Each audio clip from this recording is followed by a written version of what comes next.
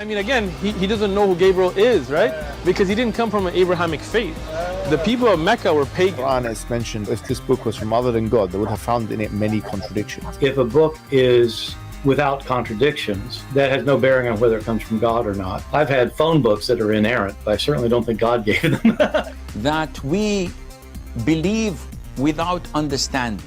The brother asked a very important question, that most of the scholars say that listening to music, watching movies, and most of the television programs, they're haram. So how can we have fun? Let me tell you, brother, at the outset that having fun is permitted in Islam as long as the fun is halal fun.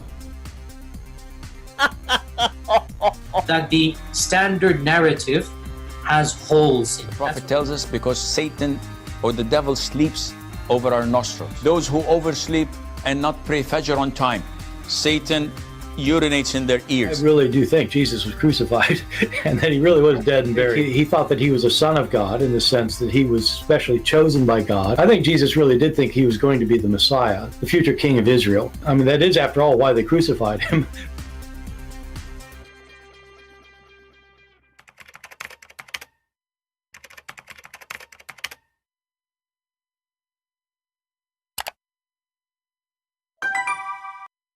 Hello everyone, and peace of Christ to all of you. Please invite your friends and let us have some good time together, learning, education, learn how to refute the Muhammadan, and how to answer those who need answers.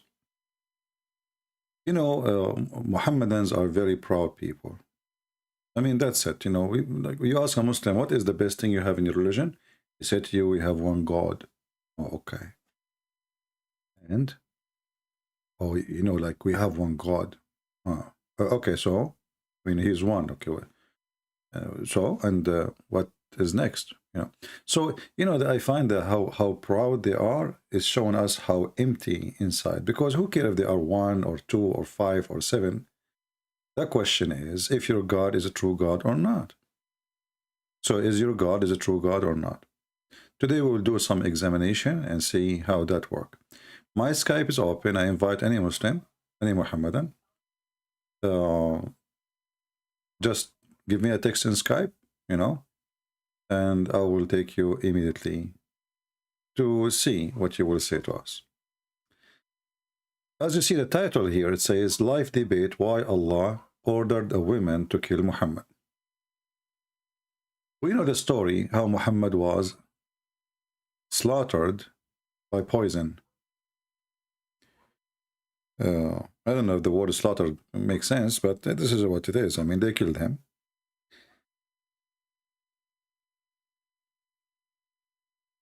But if you think about this story deeply, you will find that there is way beyond just Muhammad just being killed.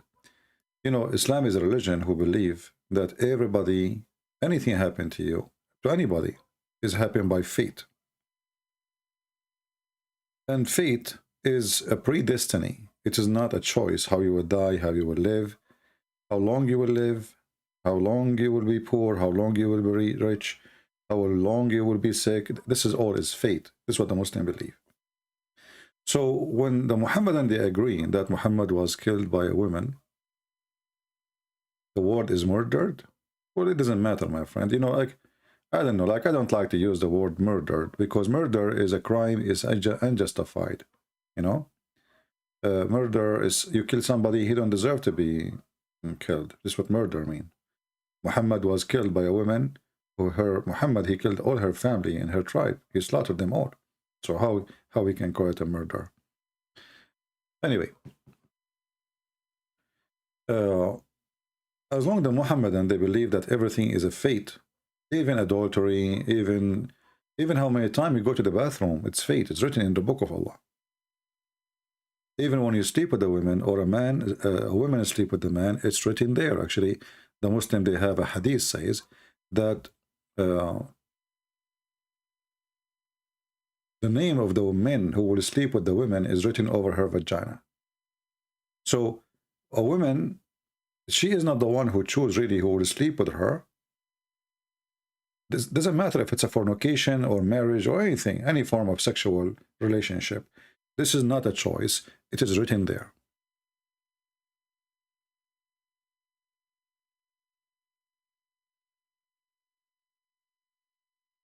Therefore, as long everything is written, even the sin of Adam, if you go and read the funny yellow pages of Muhammad, I see a Muhammadan here is very upset in the chat, and he is calling me names. My friend, you know, you can call me names, but that will not affect anything. I mean, you can say whatever you want about me, but still we need an answer. As you see, Muslims are leaving Islam left and right.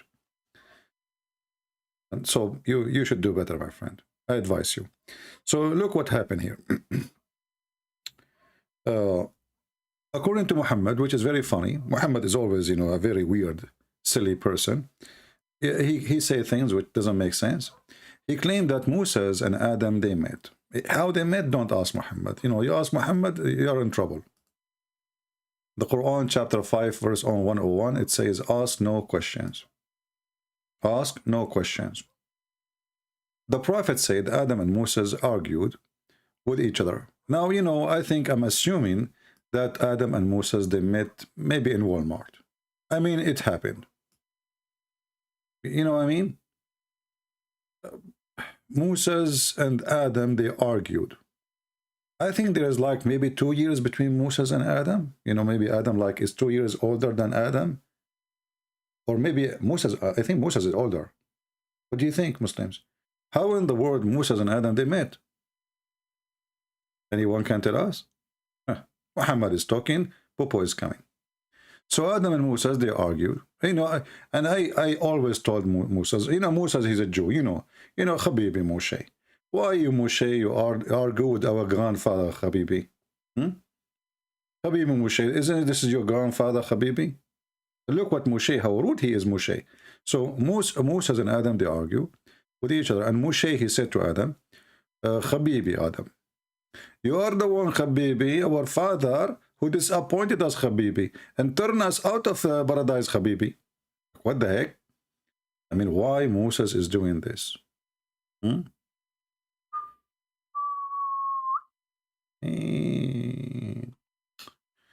look here, the funny is that Muhammad, the fool Muhammad, he kept telling to the Muslims that Moses was a Muslim. Don't Muhammad keep saying Moses was a Muslim? I mean, how many times we heard the Muhammadan, the followers, the kissers of the black stone, keep saying, Moses is a Muslim, Isa is a Muslim, Adam is a Muslim, Trump is a Muslim, Vladimir Putin is a Muslim. I mean, everybody is a Muslim. My cat is a Muslim. The chicken, I opened the egg, I found Alhamdulillah on the egg. They opened the union, they found the name of Allah. A goat, she have the name of Allah. The tree is praying to Allah. I mean, everything is a Muslim. Okay. But how come Moses is a Muslim prophet and he died believing that Adam is the reason for all sin, which means original sin? What do you think? Any Muhammadan have a comment? Can be helpful? Obviously, this man, so-called Muhammad, who changed his name, by the way, Muhammad is not his real name, but this guy is obsessed with Jesus. He wanna, instead of people praising Jesus, he wanna be the praised one. A Muslim, your comment, by the way, is not coming, but I'm going to play your comment in the screen just for fun. You know, I want to help you. So he said, my God is a buffoon. I don't know who is the buffoon. You know, we can go and talk about that. I never heard of a God he sat in the top of a rooster. So who is the clown? I mean, I saw in the circus people jumping in the top of a horse, in the top of an elephant, in the top of a rope. But a God, he sat in the top of a rooster. Who is the clown? Abdul, you brought this to your prophet. Thank you very much. The God who sat in the top of a rooster, he is really weird. I heard of a cowboy, somebody riding a horse, but somebody riding a rooster? Okay. And we continue. You deserve what this is what you asked for. You are talking to Christian friends, don't worry, be happy. So Moses argued with Adam, and he said to him, you are our father, he disappointed us. Because of you, we turn out of paradise, which means Moses never was a Muslim, because it stands against this idea, as you see. And this is supposedly an argument happened after the death of Muhammad. Sorry, after the death of Moses. We have Muhammad Nasif, he want to refute me. Muhammad Nasif, you can refute anything. Okay. Let us call Muhammad Nasif.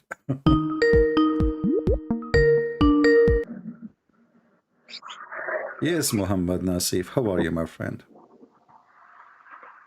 You embarrassed me yesterday. I do what?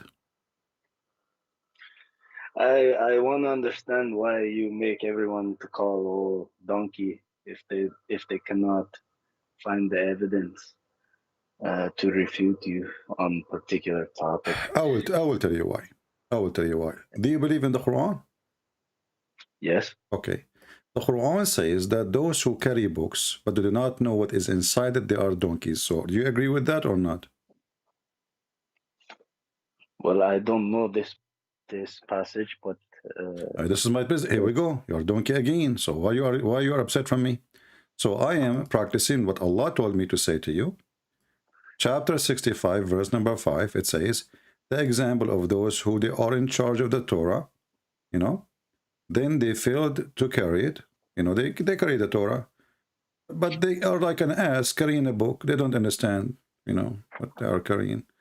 So you just told me I never heard of this verse. You are a donkey again. And look, and you are the one who texted me, and now you said to me I can refute you. So why, if you don't know what is in your book, why you text me and you say I can refute you? Did I force you to text me and say I can refute you? I don't remember whole book, right? Who cares? You know nothing about your book. What do you know about your book? Okay, now you said to me, I will give you a chance. You said to me, I can refute you. Let us go to the topic. So you're a prophet, he said, that he is dying because of the poison. Who is the one who killed your prophet, Allah or that woman? The prophet died his own death 3 years after poison. Who care, my friend? Listen. What is the special 3 year It's your prophet who is saying that. Are you saying to me, you know what happened to Muhammad? 3 year poison. What? Yeah, he died his old age, man. He's old. Oh, man. So you are saying he's stupid now. He is saying things not true. Well, I believed he had pains. He had what? He had pains because of this poison. But he did not, that's not like 100% evidence he is dead from the poison. Okay, so the person is dying and he is saying to you, I'm dying because of the poison. And you Muslims who came 1400 years after, you don't think this is why he died. I mean, so your prophet, he was wrong. And isn't it the Quran says that everything everything the prophet he say is true? Isn't it Allah inspire Muhammad to say everything only truthful?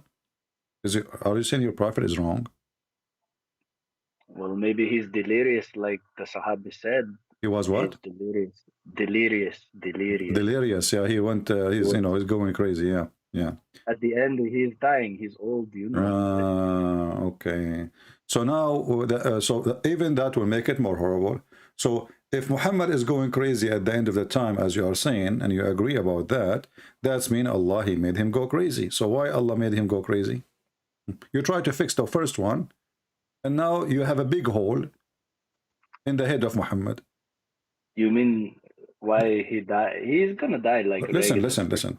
You try to fix the stupidity of this hadith that Muhammad he died by poison. So you come now with different excuse saying that your prophet he died because obviously he's getting ill, he's getting old, and he went crazy.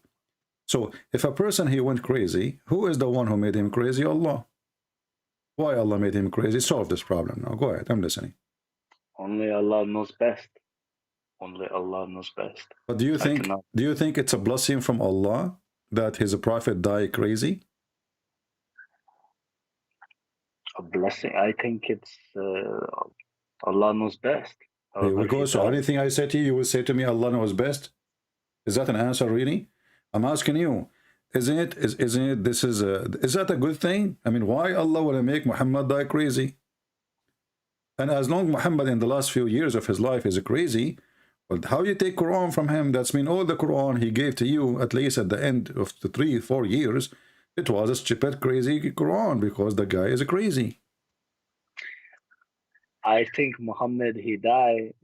He have maybe some sickness. Nobody really know at that time. They don't have autopsy. No, you discover it yourself. You know, you are the one who is doing autopsy now. You know, you discover it. You open his head, and you are the one who agree. Isn't it the Sahaba? They say, "Qad hajara Rasul." The Prophet went crazy. So, and you are the one who quote that for me, correct? Yes. Okay. So the Sahaba, we have witnesses that Muhammad is mentally ill. Well, you know, when you're about to die, your brain not gonna work properly. So Well, that's why Muhammad brain never work. Okay, Muhammad brain never work. You know, we can prove it so easy. How he got so many followers? Okay, so it doesn't matter. You know, Hitler is a crazy. You know, he drive the whole world not. And if he win the war, you will see how many people worship him. So who care about how many? You know, none of you is a follower anyway. Do you clean your ass with 3 rocks? Do you shake your penis 3 times? Do you enter the bathroom with the left leg? Do you refuse to wear jeans?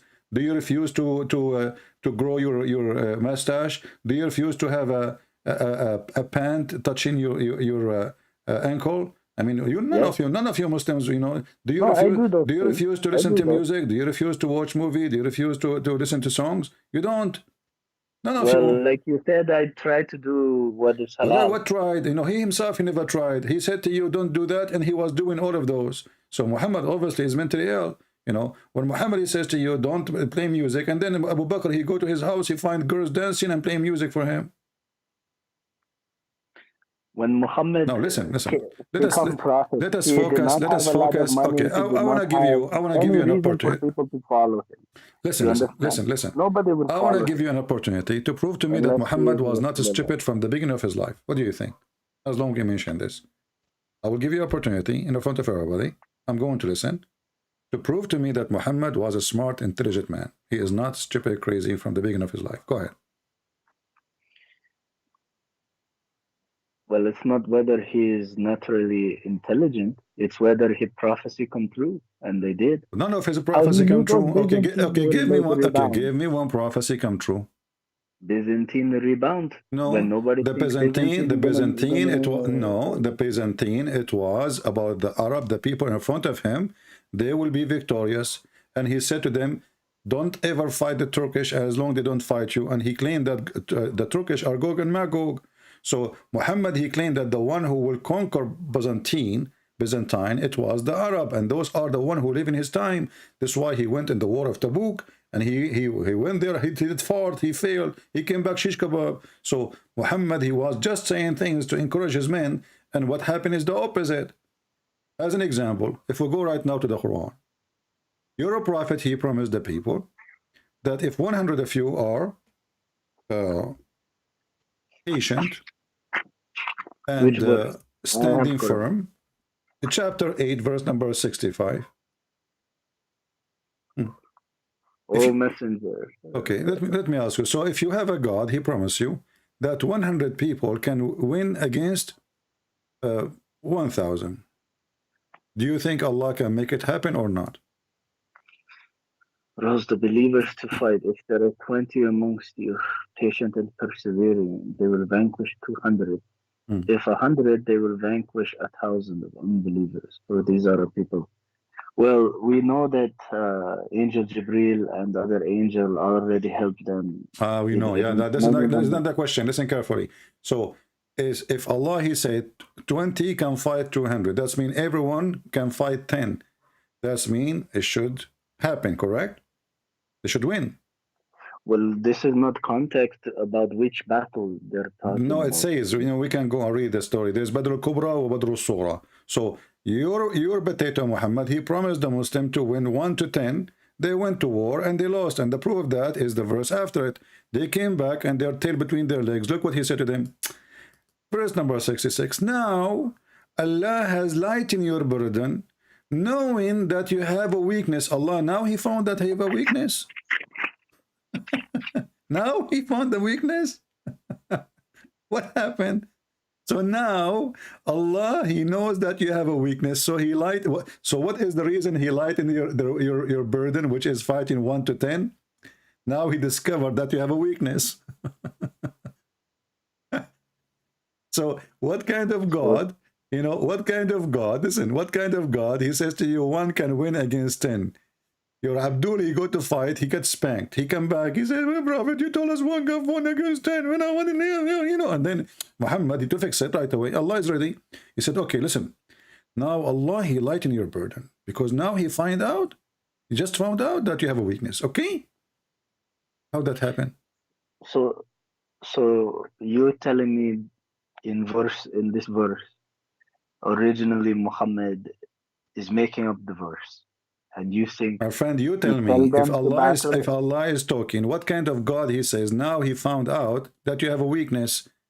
Don't you Muslim, you say to us, only Allah knows the unseen, he knew everything. So do Allah knew that they have a weakness when he get a weakness or not? I don't know which battle it doesn't matter. It doesn't matter. Focus with me with the verse now. Allah lighten your burden, knowing that there is a weakness in you. When he knows that. Actually, the verse says, وَعَلِمَ, not knowing, and he knew. Now he found out. He just found out actually, and now he know. وَعَلِمَ. Change the translator. This is Yusuf Ali. This is Kari. It is the different idiot. Hilali and Khan. Quran from Yusuf Ali. This is my Quran. Okay, this is your Quran. Okay, no problem.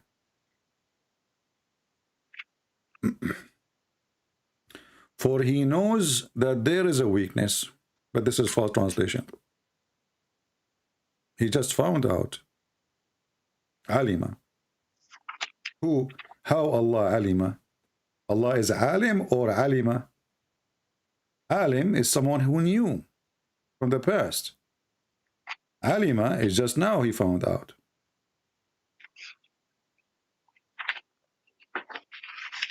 And I will put it for you on the screen from Yusuf Ali if you wish, no problem.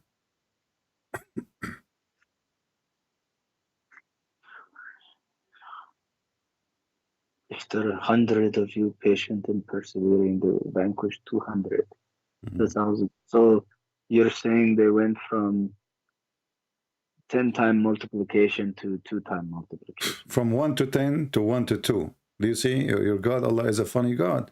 So if God, he promised that 1 can fight 10, I mean, who cares how many? If a God, he promised me, even if there's a 10 million, not 10 men, if God is the one is with me, that's it. I'm not fighting by my own power. I'm fighting, obviously, by the power of God. So if God, he promised me, I will win no matter. But look what the verse is saying. Now Allah, he knew. Now he found out that you have a weakness spot on you. So how he fixed that, the knowledge, because of that knowledge, because now he just found out after they lost. Now because we found out, well, 1 can fight 2. So from 1 to 10 to 1 to 2. What kind of God is God? So your prophet is a crazy man. He made an extreme promises. Like when your prophet, my friend, when your prophet, he says that Allah, he was the most weak person in sex. And then he invoked Allah and he sent him a dish of shish kebab, he ate it, and he got the power of 40 men. Is that a speech of a mentally ill person or somebody have intelligence? This is metaphor. Metaphor? Guys, the power of 40 men in intercourse, this is a metaphor. The power of intercourse, it's a metaphor of what? This is he eat the food, and suddenly he better performance. He better He get performance in what? Allah. Better performance in what? For the men, he visit all his wife every night. Okay, so now he got the dish of the food, and right away his penis like boing, ding, boing, boing, boing. Like, okay, so okay, I want to focus with you. So as long as you agree, this is what happened. Who is the one who cooked that dish? Is it Allah? I don't know who cooked it. Maybe his wife. Isn't you the one who sent the dish is Allah. It's not the wife of Muhammad. So what Allah blessed the dish. Huh? Blessed. No, Allah, he sent him the dish. He sent him with Jibreel. He invoked Allah. Allah, he sent him the angel Jibreel, and he have the dish of the kebab. Muhammad, he ate it, and then his penis like boing, you know, like a rocket, you know. So don't you Muslim, you say that if Allah, he is God, and he can fix things by saying B is going to be? So why Allah, he needed to send him a dish of shish kebab?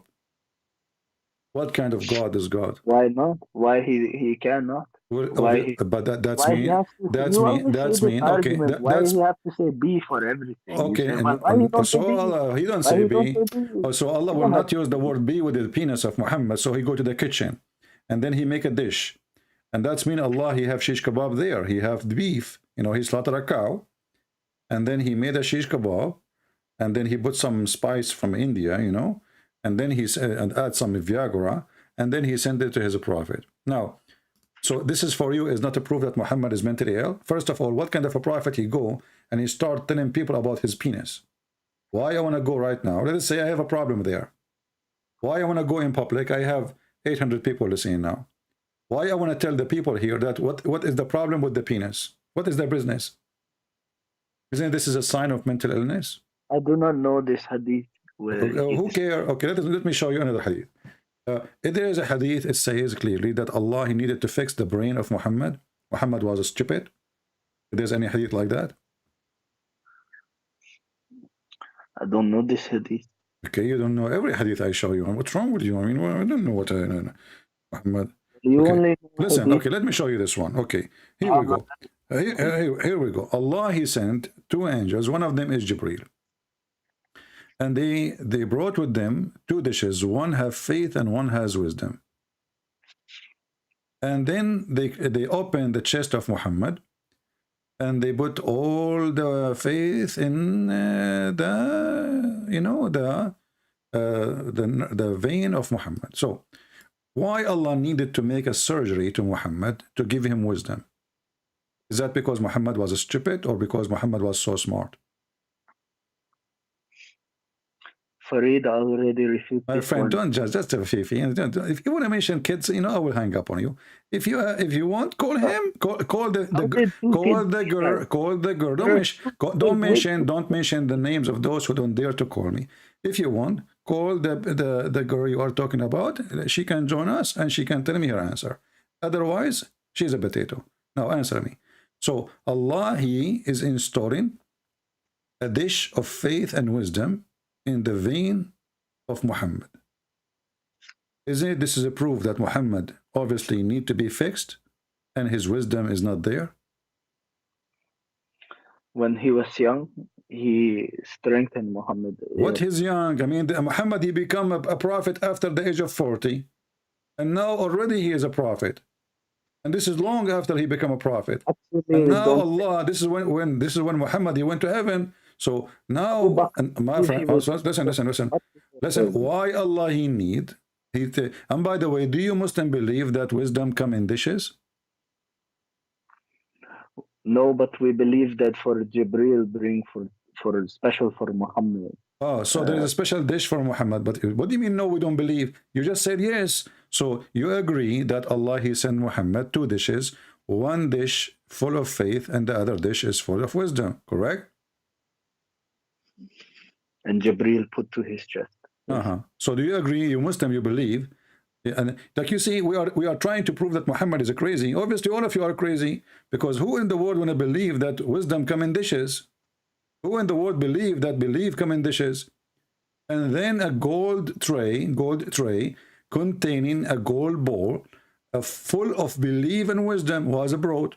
And then Jibreel stuffed his chest and his throat, blood vessels with it. So we are trying to prove that Muhammad is crazy, but obviously all of you are crazy. His wisdom is something physical. But two children. Listen. Focus with me. Is wisdom something physical? We can put it in a dish. Muhammad, my friend, I want an answer. According to you as a Muslim, is wisdom something physical? We can put it in a dish. Normally, no, but for normally, what do you mean normally? No, explain to us. No, guys, normally, no. Explain, elaborate. Allah don't give this dish to anybody but Muhammad. But doesn't matter. This is the question now. So Allah, He have wisdom in dishes. Wisdom in Islam is something physical. You can eat it. You can stuff it. It's like making a chicken with rice. It's a holy, like how you have a holy water. We have. What holy water, my friend? Water is water still. I mean, we did not make the water is water. We are using still water. We are not using something not there. Water is still a water, but we are talking about the wisdom. Wisdom is about education, knowledge, intelligence. You know, all those things together, they will create wisdom. So your God, He sent a dish of wisdom. And what about the dish of faith? Do you Muslims, okay, when you become a Muslim, did you receive any dish of faith and then you become a Muslim? Like when your mom, she gave birth to you, she's a Muslim. And then she look at you, oh, my son is weak. He's not a good weak. He's not good, strong in faith. So did she give you a dish of wisdom and you ate it and you become a strong Muslim? No, this special only for Rasulullah. The special donkey. That's what we are saying. Muhammad is so donkey to the point we need to get him a dish of food for his penis.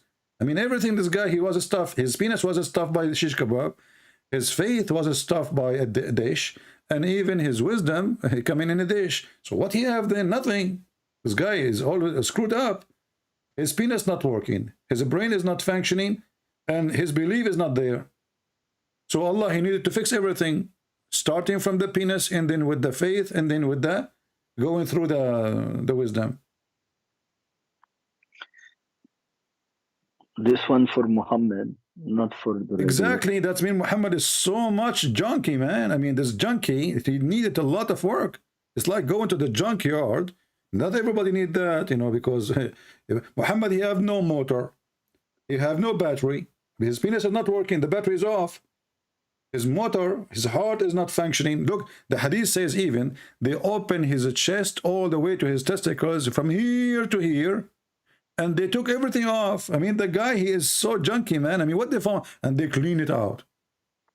Why Allah, He need to do surgery for such a man? I mean, obviously, okay, did Allah make a surgery like this for Moses? Allah talked to Moses. See, Moses right away already, he's smart. He do not need to make a surgery for him. And Allah never spoke to Muhammad. So after the surgery, Muhammad is still stupid. Like now, this is the story Muhammad, he said, he mentioned after the surgery. Well, obviously, Muhammad is still donkey because there's nobody will mention such a story unless he's a donkey. Who's going to believe in such a garbage?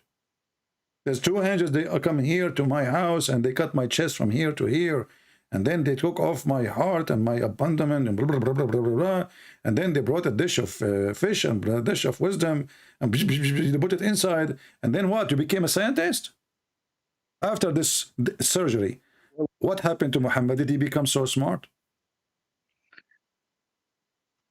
He become he have prophecy, he have more faith. We are laughing at his prophecy. Isn't it your prophet who prophesied that the sun set in murky water?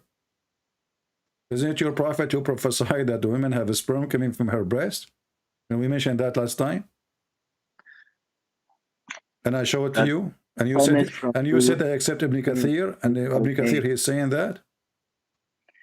Sunset is for Dhul Qarnayn, and it's not literal. Yeah, but who is the one who told us about it? Muhammad. And isn't it Muhammad in the hadith, he agree? He said this is the sunset in murky water, in muddy hot water. He's talking about because Dhul Qarnayn do that. Do what? What Zulqarnain do? What? What he do? He found, he viewed the sunset and he spread the story, but it's not literal. There is not, it looked like. From his, let me help you. My English is not good, but I think I know the word you want to use. From his perspective, correct? Correct, yes. See how nice I am? I'm helping you. But my friend, Muhammad, he agree. You see, you Muslims are really funny. You try to duct tape your prophet, who obviously mentally ill. And let us go and see how Muslims, they try to fix this issue. I will put the sunset. Here we go. I found a picture. This is the sunset here. I will put it on the screen. So the Muslim, they claim, the Muhammadan, this is a better word from Muslims actually, that when Zulqarnain, he arrived to the beach, he thought that the sun is sitting, disappearing inside a muddy water. Is that correct? This is what the Muslim, they claim. Is that correct? This is hadith. Yeah, this is another question I'm asking you. Is that what you are saying? That in his eye by eye, he thought, Zulqarnain, not Allah, that the sun is sitting inside the water, and that is a muddy hot water, correct? And this is the ocean. Do you agree? Yes. Okay. Yes. Can you show me the word ocean in the verse? It says a spring of water. You see, your prophet is so stupid, he cannot keep his mouth shut. He talked too much. So he added the word spring. So your prophet, if he add the word, if he add the word like he thought, we can let it go. If he add the word ocean, we can let it go. But he never said the word thought, and he never said the word ocean. He said a spring. Spring is just the water, like 1 foot, 2 foot water. This is what spring is. Spring of water is a hole from the ground, and there's water coming out. That's it. So there's no ocean, and the Muslims are trying to duct tape the madman Muhammad, who is fabricating a story. And if we go to the verse in the Quran, here we go. It says here, he found it sitting in a spring of water. There's no ocean. Where is the ocean? Why are you Muslims adding things? Why are you Muslims trying to fix the stupidity of your prophet? Here we go, read it with me. Do you see where it says, he thought it appeared to him? Or it says, he found it. He found it. So when we say we found, it's a finding, it's a discovery. It is not, he's guessing. He found it. And who is the one who's talking? It's Allah. It's not even the guy. So he found it sitting where? Can you read for me? Until when he reached setting of the sun. No, he found it where? He found it where? Set in the spring of murky water. Okay, so how you are saying to me, how is Zulqarnain, he thought that the sun is sitting in a spring of murky water? I'm listening. Here we go. Explain that to me. Well, that's Zulqarnain. Zulqarnain see it, not... What do you mean? What do you mean? Okay, my friend, it's a spring of water. It's just a little tiny water. You know, the jacuzzi is bigger. So how in the world he thought? You Muslim, you claim he thought. But the one is talking is Allah, and he never thought. No, he did not. He did not. He did not thought. He said he found it sitting. He found it. He reached the place where the sun set. And then, but where is the place where the sun set? This is stupid because sunset everywhere, even in my backyard, sunset. The sunset and sunrise in my house too. That's stupid. I do not need to go anywhere. So he kept going. He kept going. He kept going until he found where the sun set, and he found it sitting in a spring of hot water. What do you think? I think it's not clear. Like, okay, so why is Zulqarnain, he said a spring of, why Allah is saying he found it sitting in a spring of murky water? I mean, this one is not clear for you. He found it sitting in a spring of murky water. What is not clear? he found can mean he saw, like not he think. It's not like Where it says literal. he think, it says he found it. This is in Allah. He agree. He found it. He didn't say he thought. He didn't say he was wrong. He agree. And here we go. Your prophet, he agreed too. Did your prophet agree? Here we go. This is your prophet. You know, you Muslim, you know the Quran better than your prophet. And now what the Muslim, they were saying, it doesn't say that, CP. The prophet, he did not say that, CP. Or, the other solution, this hadith is reported by Susu from Fufu to Dudu.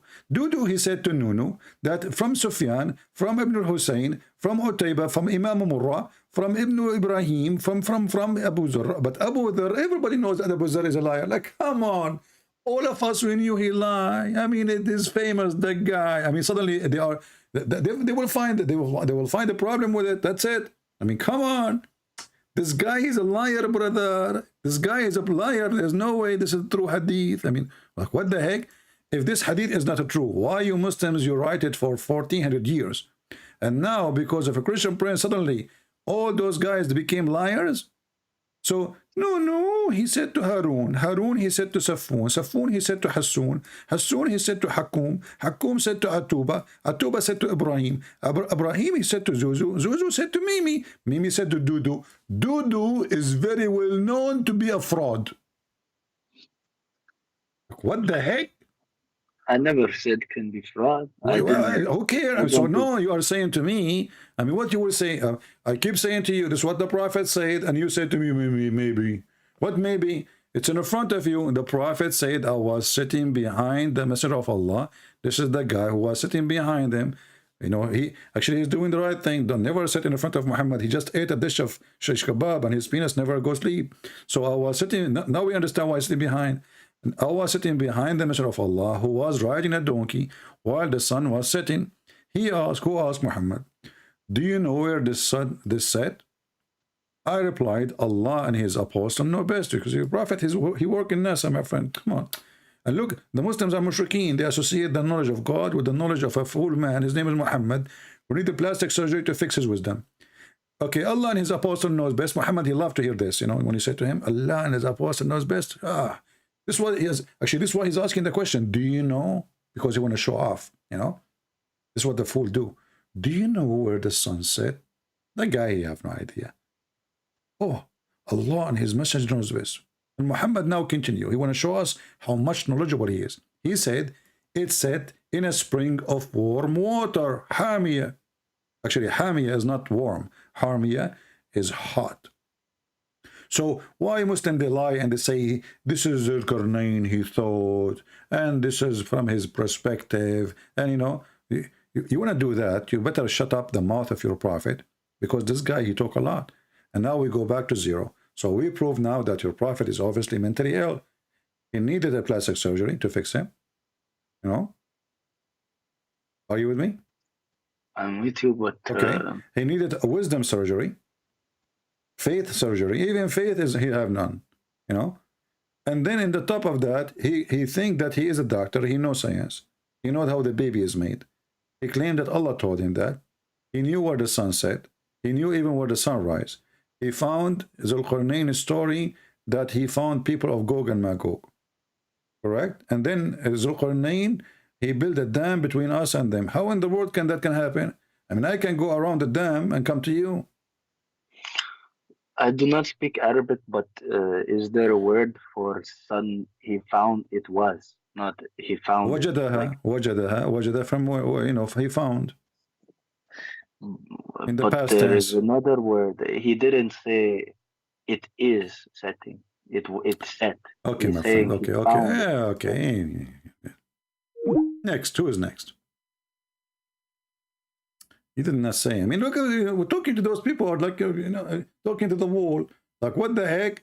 I mean, I just showed you what your prophet said, and you are saying to me, but he did not say. He did not say. What do you mean? The prophet, he asked the guy sitting behind him, do you know where the sun set? The guy, he said, Allah and his apostle, he knows best.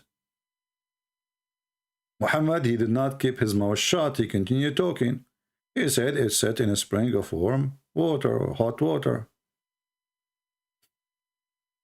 Duct tape religion. So look what happened. Muhammad killed by poison. Muslims believe that anything can happen to you, happen only by the will of Allah. Therefore, the one who killed Muhammad is Allah. Why Allah is doing that to Muhammad? Any Muslim? And why Allah he saved Jesus and he let Muhammad die by poison? According to Muslim, Allah he saved Jesus. Okay, wonderful.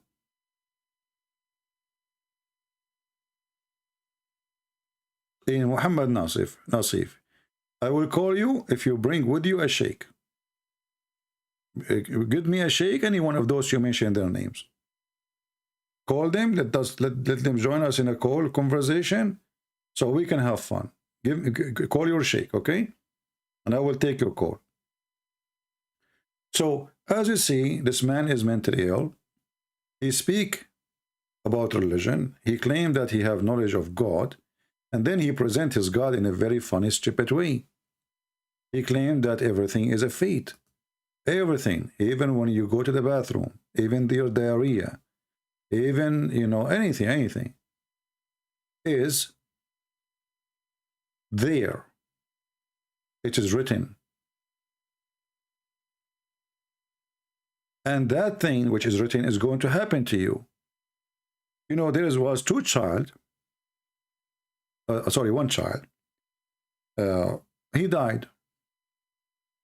A Muslim child from a Muslim family, if we can say. Aisha, she said, after the funeral, well, you know, there's a happiness for this child. He will be a bird in paradise. Aisha, she think that because he did not commit sin, well, he will go to heaven. Muhammad, he told her, don't be stupid. Why? Because Muslims believe in fate, as Muhammad told them. He replied, it might be otherwise, which means he might go to hell. Why it might be the other way? You know, he was very young. He never reached the age of sin. He never commit sin. So why it might be the other way, which means going to hell? He said, because when Allah, he created anyone, he created them for paradise, or he created them for hell when they are in their father backbone, not lions, as the translation is saying. Backbone is specifically what the word is saying. So he created who would go to hell and go to heaven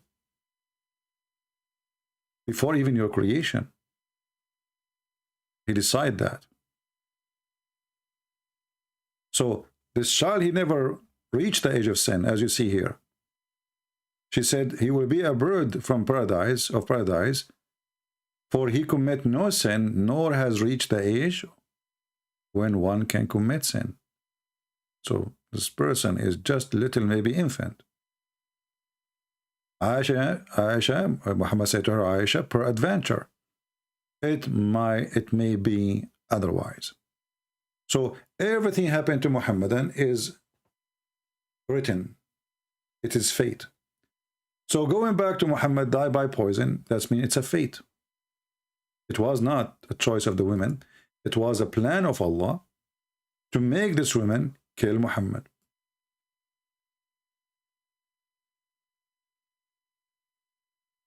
And if we compare that to the verse in the Quran, where it says, if Muhammad is a fabricator, if he is lying, if he is making false Quran, if he is claiming that this is coming from God and it's not, what we will do?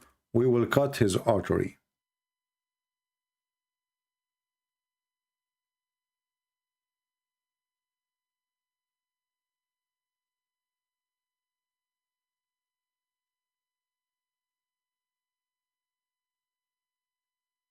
Well, Muhammad looked like he is going to leave Islam soon.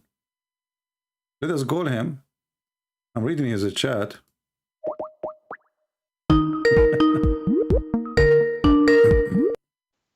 Yes, Muhammad. Hello? Yes. So you decide to leave Islam or what? Hello? Hello? Yeah, did you decide to leave Islam? Because I see now you are saying to me, do you want me to say what you said to me in the chat, or you don't want to say? In Skype?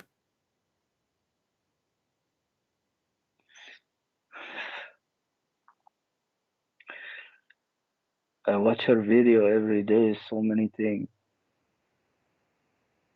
you showing. I can't, like, Yeah, so Muhammad, leave Islam then. Come on. I mean, you are, you know, this is a religion for the foolish ones. You are, you know, you see, I am asking you if you would like me to show what you said in the chat, but obviously you're agreeing with me. You know, you are saying to me, you are showing me contradiction. I do not know what to do, but this is what I believe all my life, etc. So, you know, like, so that's mean you in your heart, you know, I'm saying the truth. So while you are arguing with me and you are denying it and you're trying to defend, you know, when you're in your heart, you know that this is the truth. because you cannot give up your iman so easy. You have to fight. What, you know, give up? There's nothing there to give up. I mean, do you see the stupidity here? This guy is obviously mentally ill. But Allah will test our iman. My friend, what Allah? There's no Allah. Have you ever heard of our God? He will give a penis to somebody because he believes in him. He will give his penis so long. I mean, what kind of Allah is this? Allah is. Even Allah of Thailand don't do that. Go to Thailand, they change you. They will make the female male and the male female.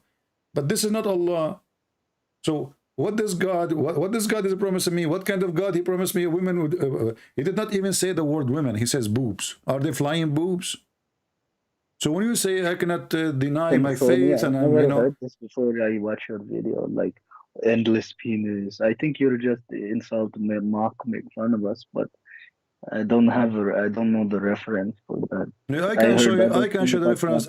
No, first of all, I never have a Muslim asking me for reference for anything, and I did not show it. Don't you know that? I watch your video maybe a couple months. Okay. I don't see all the video, but Yeah, but have you ever seen me, a Muslim asking me, or you asked me for a reference and I did not?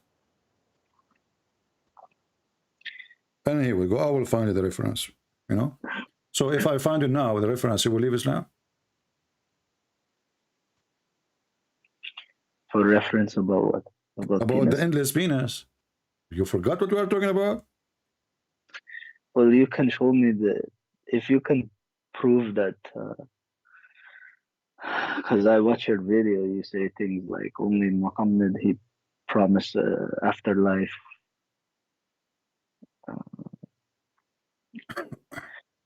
For pleasure and things, but What? I don't understand. What? Say again. Well, you tell the people that the messenger was just promising like only sexual paradise, and Well, if there is any other paradise in your opinion? If there's any other paradise, or it's about sex? I think there's other Like things what? in that paradise. Like what? Like what? Like what?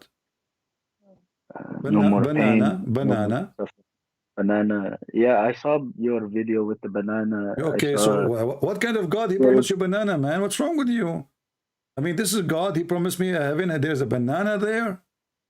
Is he talking to a kid like we are just a 2 years old kid? You say to him, if you do your homework, I will give you a banana. Well, banana is only one thing, right?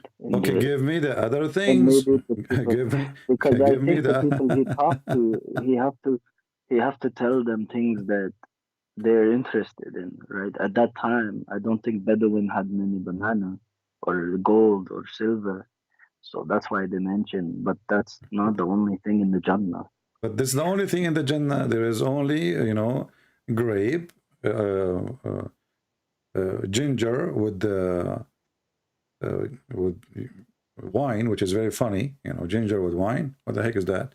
River of wine, river of milk, and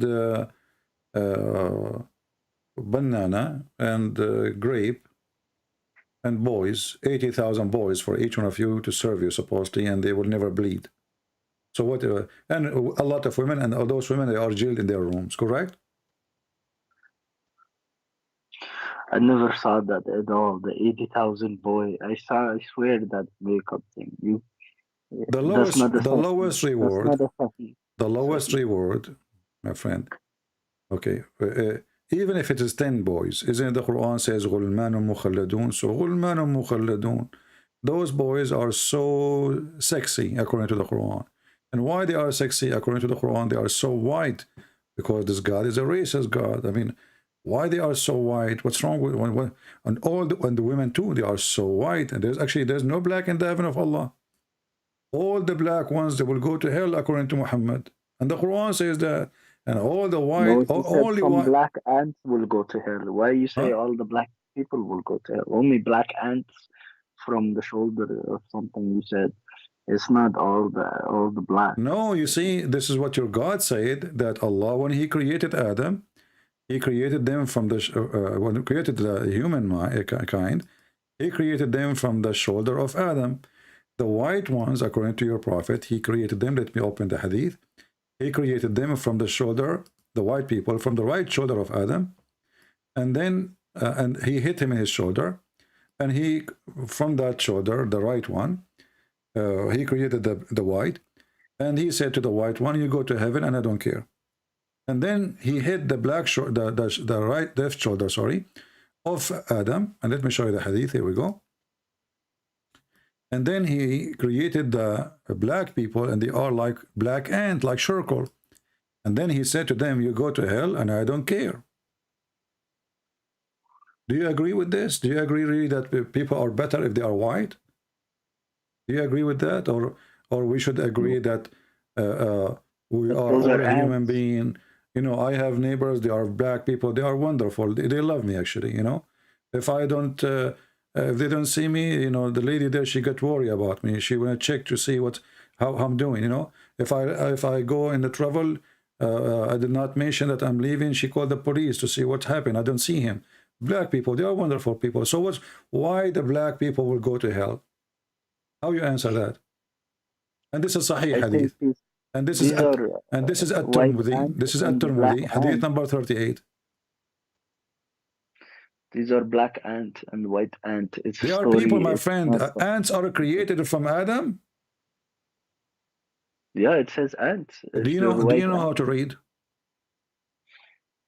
Then your screen not showing it. Hold on. But I saw it before you showed it. Okay, I see it. Okay, the offspring of Adam, they are the ants. According to you now, the offspring of, I mean, do you see how Muslims guys they try to duct tape the stupidity of Muhammad? Suddenly, the offspring of Adam, they are ants. No, you have to with Eve to have offspring. No, my friend, now I'm convinced with you that Adam, he was our grandfather, he was an ant. You know, you are an atheist, obviously, maybe, and you believe that we used to be an ant and then we became a human. Read with me carefully, it says that Allah Messenger, peace be upon him, said, Allah, He created Adam when He created him, and He struck him in his right shoulder, and there emitted from it white offspring, as if they were white. And he's not saying they are ants, he's saying he's saying how white they are. They are white as if they were white ants. So in the desert, Arabic it says that in Arabic. Huh? This is not. Is this just not English? Something get changed in English or something? My friend, so what do we do now? I mean, I don't know what to do. The Muslims, we show them English, they say they ask for Arabic. We show them Arabic, they say I don't speak Arabic. So what we would do? Do you speak Arabic? No, I'm asking if. Okay, my friend, I'm asking you, do you know Arabic? So if you do not know Arabic, then what we will do now? We'll put to Google Translate in the Arabic to make sure. But this is your Muslim website. Which website is that one? Al-Ilm. Al-Ilm. Let us see actually if I can find it for you from different website. Hold on. So you're trying to tell me that that is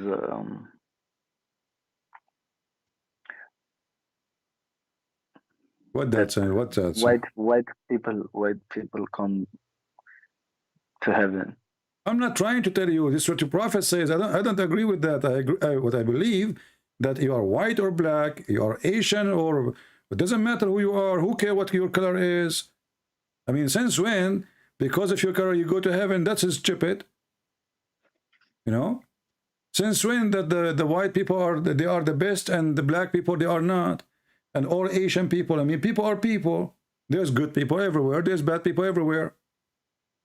As an example, when my mom, she gave birth to me, I asked her later, you know, not right away, because I want to celebrate my birthday. I said, Mom, when I was born, she said, my son, I do not know when you were born, or what I know when your birthday was, or what I know it was a bad day.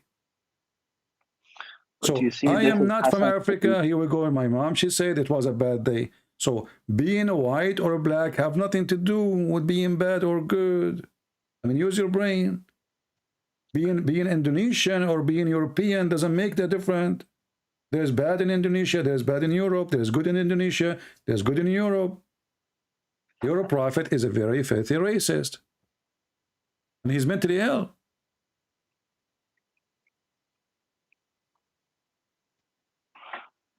Well, Bilal was black.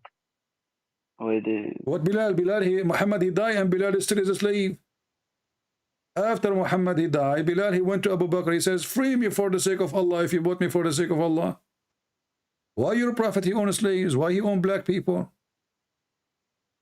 You Muslim, you go and you lie to people, says the Islam came to free slavery, and your prophet, he died owning slaves. Why don't free everybody, at least before he died?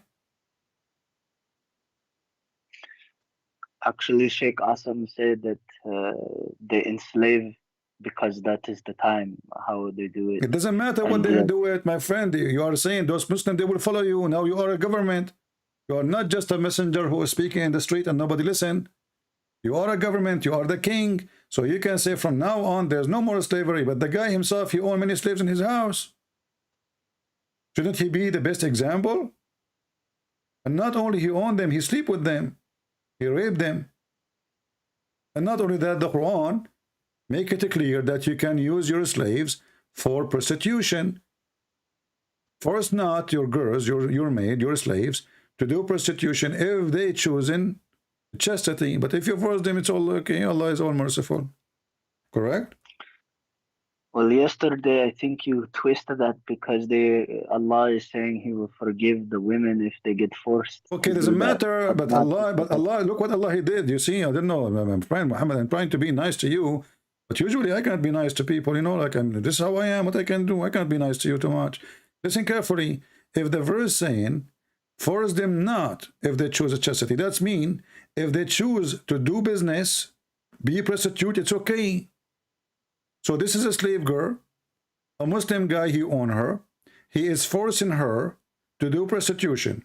Allah said to them, force them not, but if you force them, Allah is all merciful. So what about the man? Do you punish him? No. So now there is two options. Either you make her agree to work as a whore for you, and you are the pimp. And this is me and Muslims, they got a license to be pimp. And actually the video is there in Suku Film, you can go watch it. It says, you know, it looked like Allah, He made us to give us a license to be a pimp. Here it says, if they agree, you can be a pimp and it's fine. If they don't agree, it's okay, still fine. Allah is all merciful, there's no punishment. Did Muhammad says never allow prostitution? No. He says force them not if they don't desire chastity, which means if they desire not chastity, it's okay. What kind of religion this religion is?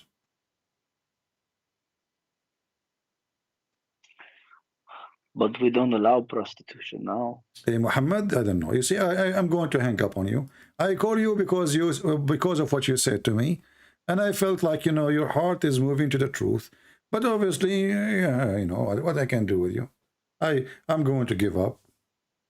What do you mean prostitution is forbidden? Okay, can you show me one verse in the Quran opposing this verse? No, the Quran is so clear. Force not your maid into prostitution if they desire chastity. Okay, what if they don't desire? That means it's okay.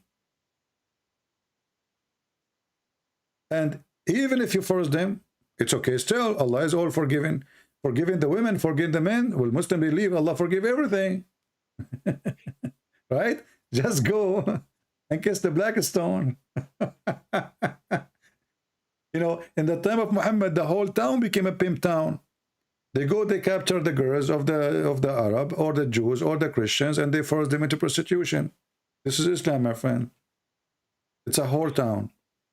And those girls, obviously, they are victims. We cannot call them really prostitute. The real prostitute is your prophet. He is the one. He is the pimp. He's the real pimp. He's forcing those girls. And now because the women, they start complaining. It's not because he's a good guy. The Muslim women, they start complaining about their husbands. Nobody come home. A lot of beautiful prostitute all over. Even you Muslim, you have something it's called exchange of a vagina. What kind of religion is religion? Exchange of a vagina? How you do that? Isti'aratul furuj. If I go right now and type in Google, Isti'aratul furuj. Let us do it. Here we go.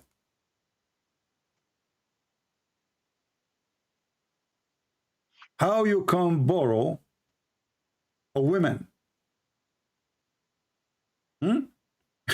How in the world a person he can borrow a woman from a husband or other man? So let us see.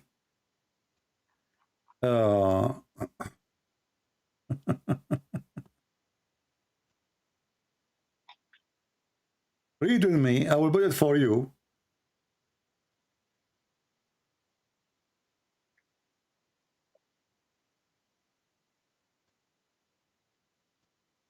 You know Ibn Hazm? Big shake, big potato. This is his book, Ibn Hazm, volume number 11, page number 257. It says, a woman, she can make her slave lawful to her husband. This is number one. And then he continues, says, they are discussing many issues supposedly here in this topic. Let us see. This is what the Muslim they agree with. It says here, إذا أحلت امرأة الرجل أو ابنته أو أخته أو أحلت لها جاريتها, he can if her فليجعلها بين وركيها قال ابن جريج. Okay, فهو حلال فإنه. So here, if Ibn Abbas, he said, if a woman, she agree that her husband, this is not actually what I want to show you, but this is a different one, but it's okay. If a woman, she agree that her husband can sleep around with a slave or anyone, it's lawful for him. There's nothing bad in that. Translation.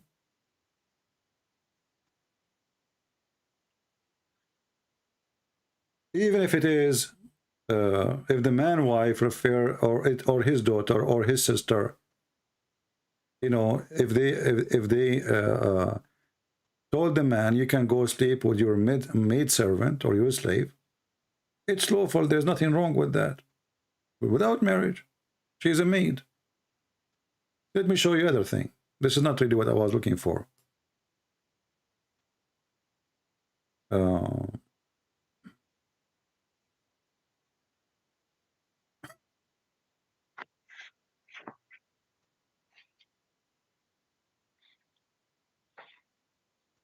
Let us see this one.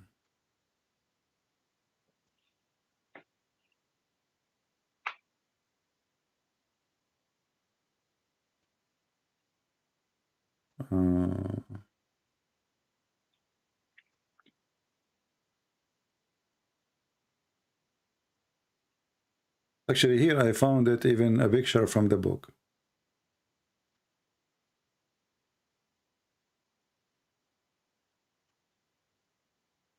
And here actually my reading was wrong. Here they are doing some with the tashkir, you can read it better. So look what happened now. Here it says, if a woman, a wife of a man, or his daughter or his sister, they invite the man to have sex with a slave woman so he can F her, or he can put his penis between her legs. Do you see what it says here? Let me what a religion, what a religion. Put فليجعل به بين وركيها. He can put his penis between her legs or her, you know, I don't know how to translate the word in English. Ibn Jurayj, he said, according to Ibn Tawus from his father, he said there's nothing wrong with that.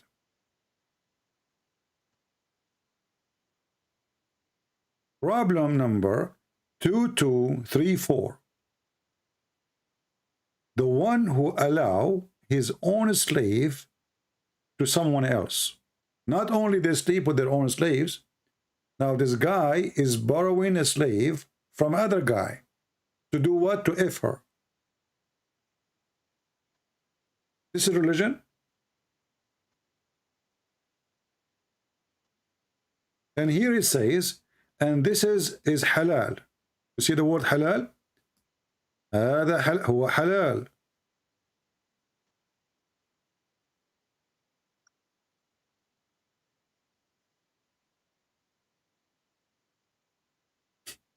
This is religion. You can borrow the servant of your neighbor to F her? Isn't it this is a rape? And actually, chapter 24, verse number 33, is saying clearly that Muslim, they can rape women, because not only you are sleeping with her, now you are forcing her into sex slavery to work as a whore against her will. And if the verse in the Quran says force not, and there's no penalty, that's mean this is talk in the wind, force not, but still you can force them because there's no penalty. When you do something against law, well, the law should bring a penalty. Otherwise, if the law says don't cross the red light, and then nobody give you a fine or nobody take you to jail if you cross the red light, everybody cross the red light. Don't cross the red light. If there's a penalty, no, there's no penalty. And this is this verse look like it's talk about freeing slaves if they requested it. Where a free slave, my friend? It says the opposite. It's about a free slave. What are you talking about? This is about using women, my friend. Okay, hold on. Do you want me to show you? Do you want me to show you the interpretation?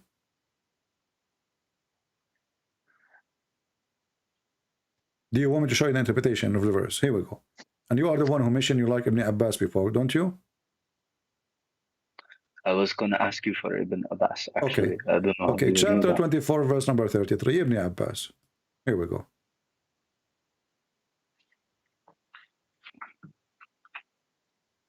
How did you know I was going to ask for Ibn Abbas? Jibreel told me. Jibreel, you know, he whispered in my, he gave me the ring of a bell like your prophet.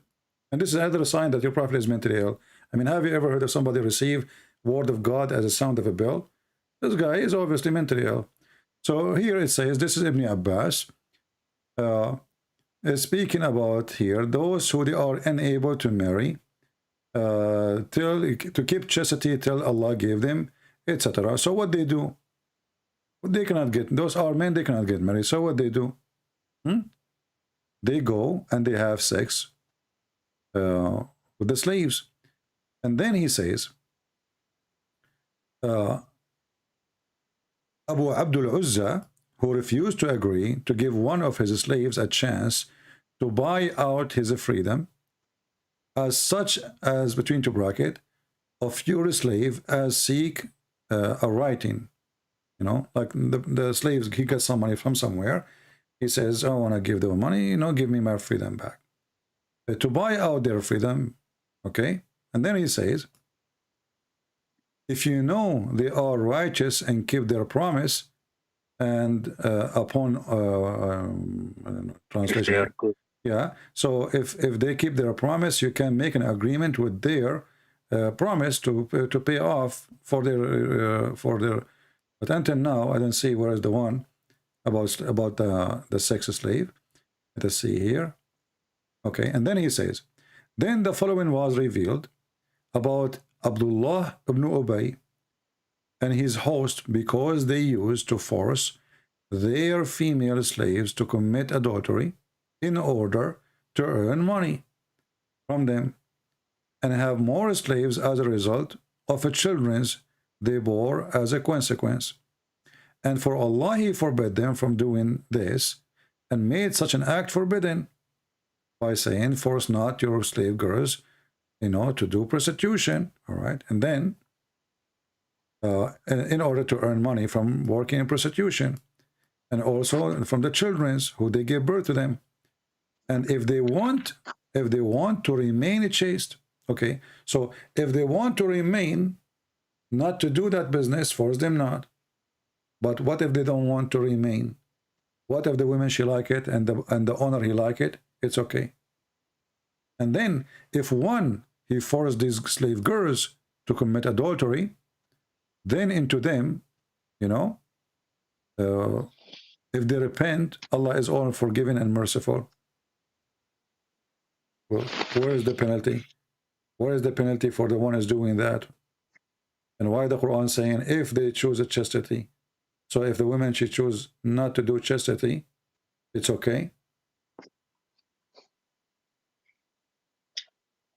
And why here it says if a woman, if a man he can borrow, what is the difference between this and this? A man he can borrow from his neighbor. This is the book of Al-Hudud to Ibn Hazm Al-Andalusi. Hadith number, as I see the page is not clear, the number 2231, I think, as you see in the screen. Oh, sorry, here it's this hadith number, yeah, not page number. Page number 167. It says that the issue of the one who allow the vagina, I'm trying to be polite, not to say the P word, allow the vagina of his slave to someone else. Read it, it's in a green. Allowing what? Allowing the vagina to someone else. And it says what? It is halal.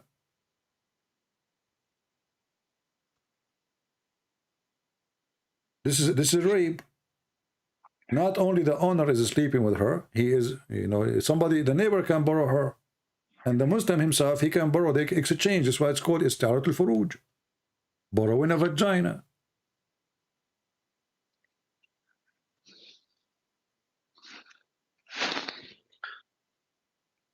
The Bedouin were doing that. And by the way, in case you do not know, a Muslim, he can have sex with his own daughter too,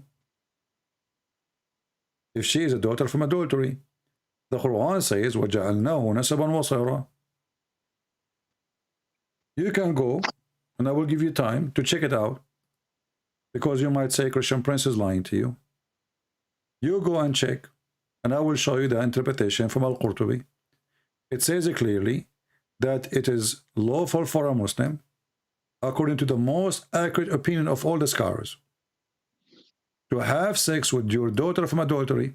Remember, you can have sex only with your daughter from adultery. But if your daughter is not from adultery, you cannot. The Quran forbid you. So Quran make it lawful, very ugly lawful. You see the Muslim, they say to you, there's a guy, his name is Lut in the Old Testament. His daughters, because there's no men around, and they were fearing that there's nobody will be there, they slept with their father, they made him drunk. And the Muslim, they make a drama about it, but the Bible does not approve it. The Bible is reporting what those women did. The hypocrisy of the Muhammadan is beyond imagination.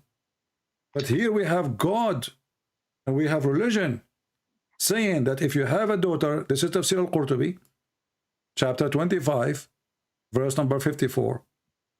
It says, وَهُوَ الَّذِي خَلَقَ مِنَ الْمَاءِ بَشَرًا فَجَعَلَهُ نَسَبًا وَصَيْرًا. What does that mean? Maybe you don't know. Maybe I don't know. Your scholars know. And they say clearly that it is lawful for a man to have sex with the women or her daughter, as long as she is his daughter from adultery, for she don't go under the command of Allah that is forbidden for you to have sex with your mothers and your daughter, for she is his daughter from adultery.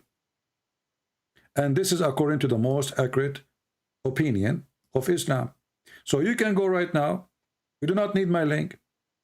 Search chapter 25, verse number 54, the official government website of the Kingdom of Saudi Arabia,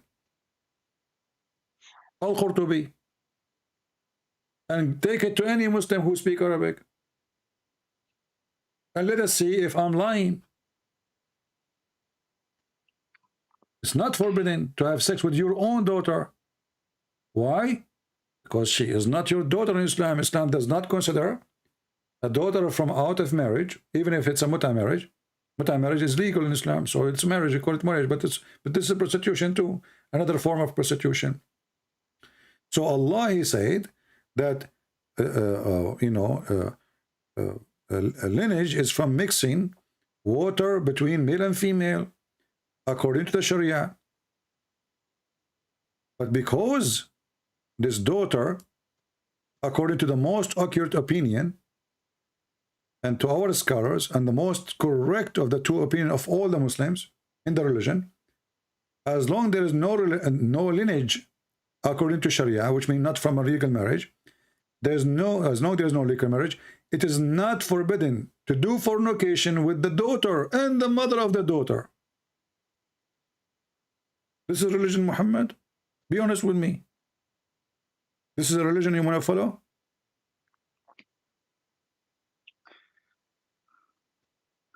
Well, I don't know anyone who do those things. Doesn't matter. Maybe you will not do it because you are a good person, but doesn't mean Islam is a good religion.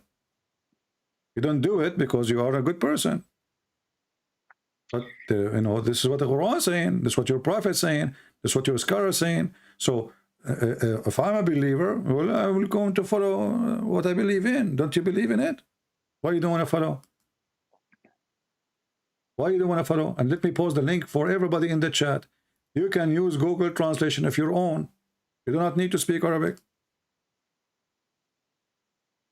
And now we understand who is the one who killed Muhammad for his crimes.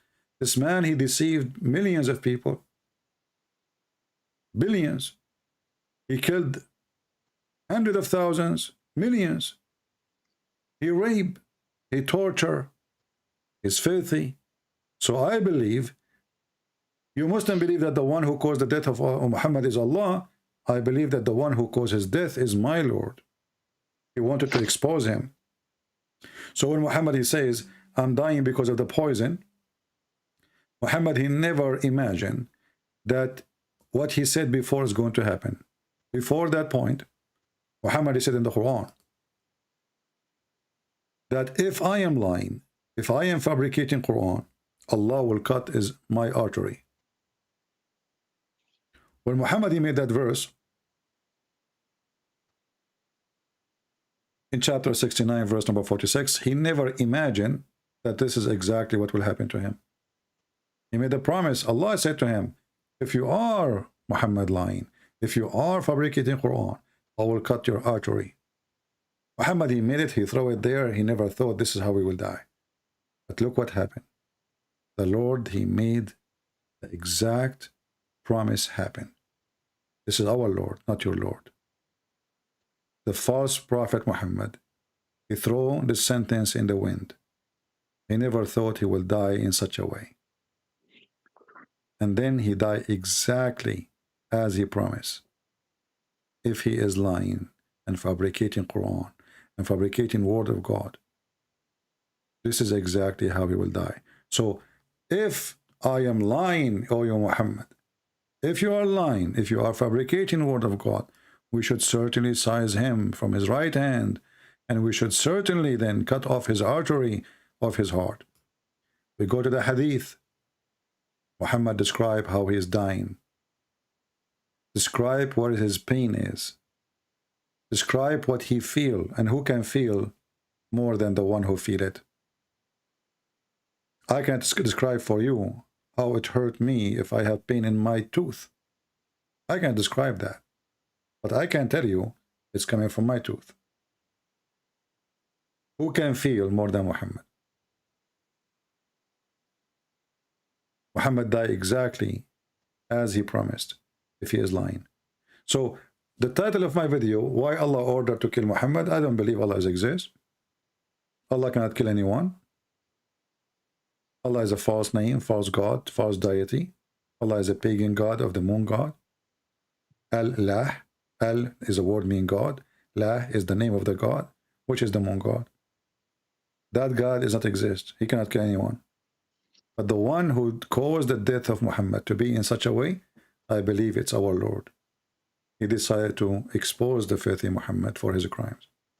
So what do you think, Muhammad? Aren't you going to leave Islam, my friend?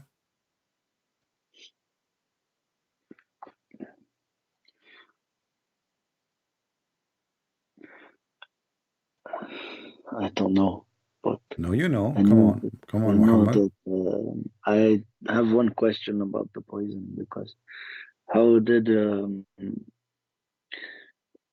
if it was poison kill him, how come Bishr died same time, but Muhammad, he lived longer, like 3 years?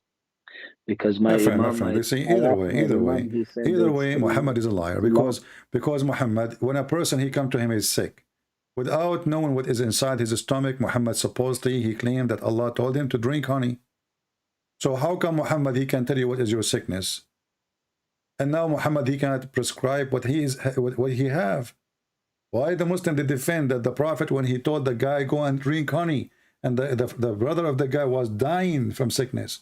Why they defend? They said Allah told him and he was right, and later he was a cure. And now Muhammad himself, he is the one is dying from the sickness. He is the one who feel it. And you are telling me maybe he was wrong. Isn't it you Muslim, you say وَمَا هُوَ إِلَّا وَحْيٌ يُوحَى? Everything Muhammad he says from Allah. وَحْيٌ يُوحَى. Which is very funny to say the word inspiration, because if it's inspiration, so what is the duty of Jibreel?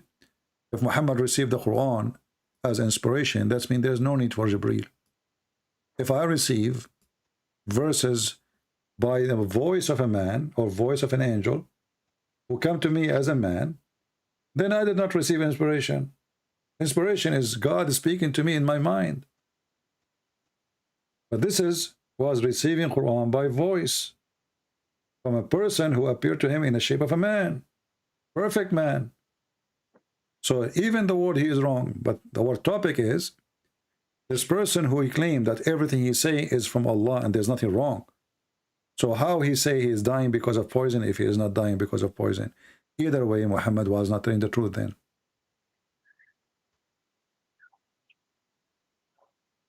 What do you think, Adam? Sorry, Muhammad. I think you like the versions, don't you? I mean, you like to have a long penis, don't you? Come on, tell me the truth. It's okay, you know. Like we are, you know, we are men. There's no women here. Nobody's listening. You like to have an endless penis, right? And there's a lot of women, and they are wearing 70 dress, and you will have 70-year orgasm. 70 years orgasm, Muhammad. So I call you now. You say I'm busy. I'll call you next year. You still have orgasm. I call you 10 years after. Muhammad is still having orgasm. I call you 20 years after. Muhammad is still busy, holding his private part, having orgasm. I call him after 60 years. Muhammad even is not done. Man, I mean, I will have a gray hair. My beard will be 200 meters. I will be walking in a stick, and still Muhammad having orgasm. 70 years and Muhammad is not done. The second Muhammad is done, he start the second one. If the orgasm is 70 years, how long the sex is? The orgasm alone is 70 years, Muhammad. What you will be doing? What kind of heaven this heaven is? The orgasm alone is 70 years. The sex is how long? This is madness. This is sex addiction. This is drugs. This is stupidity. Are we animals living for sex? What the heck is that? Watch TV, man. Take a break. Make some tea. Go in the yard. Look at the fountain. You are in heaven now. Huh? Open Netflix. Or Amazon. Or YouTube. 70 years orgasm. Don't you want to eat?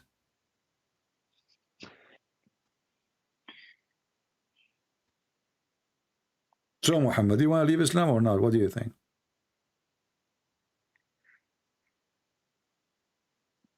Well, some of those things you show me, they don't make sense. Exactly. Don't make sense. I agree with you. This is all stupid. So, we agree that And Islam does not make sense. I don't have answer for those things, and I cannot. I try to email some of those Dawah people. They don't respond. But Yeah, you told me that you texted this guy Hamza. He refused to answer, huh? The coward. yeah, I sent him email, but I don't know if he's read it. Yeah, he will never dare to answer you. He will never dare. But some of those things, like, I don't care about endless penis. I don't care about that. I care. I like to have an endless penis. I will tell you why. I can sign now a contract with many countries to run, like now in Europe, they have a problem with the natural gas.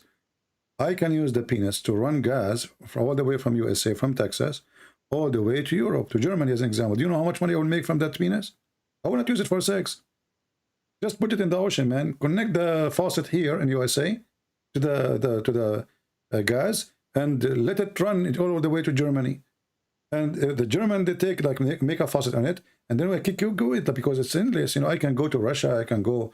I mean, I will send gas to Ukraine. I will send gas to everybody. You know, like, who cares? I mean, the penis is going anyway. You know, it's endless. So, like, connect from here, connect from there. We can use it as a cable, the internet cable too. You know, over galaxies. Like, people, they go to the sky. They are using slow internet now because it's in the space is not so fast. This penis will go all the way Germany, and then, you know, you make a U-turn. You go all the way. You stop in the moon, and then you go and you make a U-turn. You go to Mars, and from Mars. I don't like Mars anyway. It's cold there. I don't want the penis to get cold. So, you know, like, you know, you can go around and you can put a GoPro camera and open live camera, live on air. And you can imagine how many millions they want to see how this endless penis keep going. You go through the galaxies. We hit the star. We destroy the star because this is endless. You know, the star explodes. You go through the sun. You burn the sun. The sun cannot burn your penis. Come on, this is from Allah. You burn, the sun will go like, you know, like burn in a second. It's like firework. Your penis will be like, wow, you know. And imagine what happened to women, man, when they see such a penis. They will go nuts. Trust me. Imagine how many want to take selfie with it, like in TikTok, you know. Like even TikTok will get explode because it's so big. So what do you mean you don't care? If you don't care, why Muslims are promised such a thing? But you said to me, like, you like it, that's why you're Muslim. I'm not. I'm just being sarcastic, aren't you? Muhammad, I'm just laughing, man. What like it? I mean, this is stupid. What I would do in this penis, the woman is next to me, and my penis is in 7 galaxy. So what I will do now, I will make your turn and come back to her. And if you put her, excuse my language, if you put the penis in, where's going to go? Come out from the other side and continue because it's endless. What the heck is this? You know, I heard another person say that's a little bit wrong translation, but that it's endlessly. Wrong translation. Like you will never go soft. No, this is different hadith, my friend. The never go soft is different thing. This is different hadith. This is not the same one. You are mixing things up. Let me show you the other one.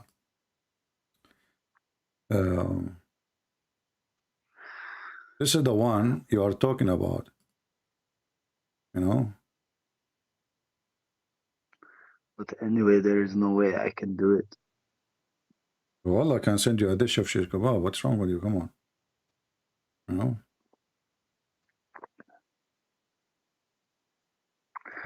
Let us see.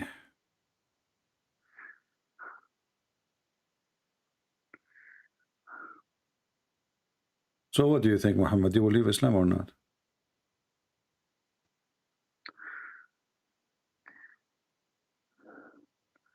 Nobody else gonna accept if I do it.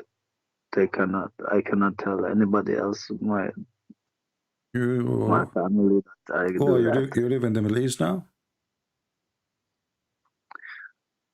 I don't want to say. No, I Okay, don't live in okay, the don't Middle say. But if you don't live in the Middle East, okay, I mean, what they can do to you? Nothing. You know, be free, my friend. And even if you don't want to tell anyone, don't tell. This is your business. You know, in your heart, you can do whatever you want. But obviously, you are out of Islam already, aren't you?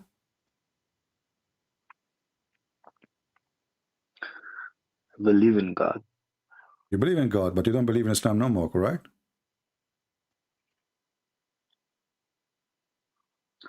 Well, I don't believe the thing you showed me last 2 days. Yeah, but you don't believe in Muhammad anyway. That's it. That's what Muhammad said. If you don't believe what Muhammad said, that's mean you don't believe in Muhammad.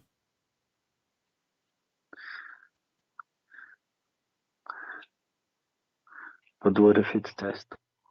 What test? I mean, what kind of a stupid test is this test is? So this God, he says stupid things to make you know that he's a stupid God. In order to test you, he proved to you that he is a stupid prophet, and he is, and as the prophet have a stupid God, in order to fool you. I mean, what kind of test that test is? It's like you are saying to me, I go to take an exam, and then I answer all the question wrong. And this is why, because I want to test the teacher. But I'm the one who gets the zero. I mean, what the heck?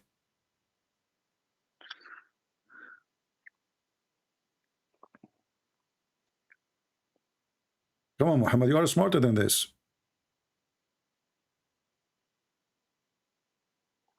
Are you out of Islam, my friend? Even if I am, I have to pretend with my people because I cannot tell them. Okay, don't tell them. Okay, you know what? I'm going to hang up on you. Tell me in the chat, and I will not tell anyone whatever you say. Is that fair? If you are afraid. I will not show anyone what you say to me in the chat. I promise. Unless you tell me it's okay to show. Well, if someone leave Islam, what they're supposed to do? Well, just leave Islam, and then we will see what you can do next. You know, we can explain to you the Bible. You can. It's up to you. You want to become a Christian? You know, we welcome you. You don't want to become a Christian? This is up to you too. There's nobody can force you for anything. You know, believing in God is your choice. So I can, you know, explain to you about the Bible. I can explain to you what Jesus, why we believe in Jesus, and you know, the Messiah is amazing. I mean, look, his name is the Messiah, the Savior. And even in the cult of Islam, who is the one who will save the whole world? Who is the one who will complete the mission to save the mankind? Is Jesus. Even in the stupid cult of Islam. So isn't it obvious that the one who will save us all is Jesus? Everybody is waiting for Jesus. Everybody. The Jews, the Christians, the Muslims. So who is the one who will save us? The Messiah, my friend. There's no doubt.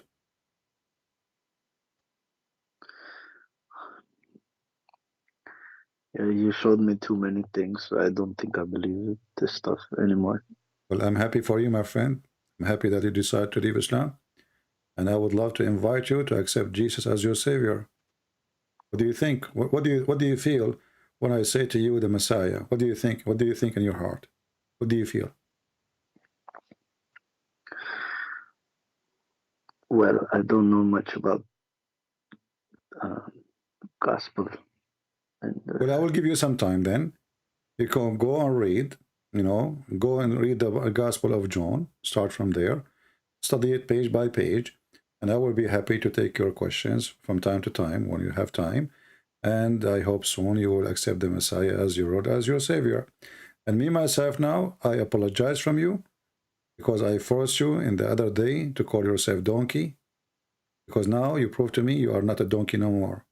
You are not. well, if I believe, if I just become a Christian without understanding the book, then I'm still a donkey. No, we don't want you to become a Christian without understanding. But anyway, but you can become a Christian, you know, by understanding why you believe Jesus is your Savior. It's not just saying Shahada. We don't believe in such a thing. You know, this is hypocrisy. You know, Shahada, like we say a sentence and nobody knows what he's saying. We don't have such a thing. You have to accept the Messiah in your heart. You have to believe, not to say in a sentence, that he is your Savior. He is the one, He is the only way for salvation, and you love him from your heart, and he loves you too. If you believe that he is your savior, and there's no other savior, there's no priest, there's no bishop, there's no pope, there's no Christian prince, there's nobody. Only one name. His name is the Messiah. If you believe in that, then, my friend, you are saved. Even if you do not know much about the Bible, even who said that you don't, you don't have to be a scholar in anything. Knowing the book is Jesus, he said, loving to your neighbor what you love to yourself. Wish to everybody what you wish to yourself, which means kill evil inside you. And believe in him, love your Lord, the one who created you from all your heart. So if you love the Messiah from all your heart, and you wish to others what you wish to yourself, you just learn the gospel. That's it. This is the book. Now, for sure, you can study more and learn more, but this is the whole purpose of the Messiah, to bring us back to our humanity, so we can be loving people, not hateful. Muslims, they think I hate them. I never hate a Muslim. I will never hate them. I'm so angry when I see a person being foolish, going to hell and trying to help him. Yesterday, I tried to discuss with you, but I felt like all you wanted to do was like you want to come on Skype and find a donkey and laugh at us. No, I'm not, my friend. You see, it's not you who said that. It's your prophet. I'm not laughing at you. I do what I do because I find that it's the most effective way to make a person wake up from his stupidity. All of us, we do stupid things. Like, sometimes your son, he want to take drugs. He want to take drugs. He thinks drugs is good. So what do you do? Do you hate your son? If you hate your son, you say to him, okay, let me give you a hug. Don't worry, do drugs. But if you love your son, you scream at his face. You laugh at him. But not the purpose is to love. The purpose is to show him how stupid he is by doing that. So you try to save the person by any way, by any mean. It's like when somebody, the Arab in the old days, and even other nations, when somebody have an illness and they have an infection in a wound, and they cannot fight it. So what they do? They put a piece of steel on the fire, and then they touch the wound with it. But they are not trying to hurt you. They're trying to save you. So if yesterday I was putting the steel over your wound, my friend, I wasn't trying to hurt you. I'm trying to save you. And it worked. Yesterday you were against me. An hour ago you were against me. Now you decide to leave Islam. It worked.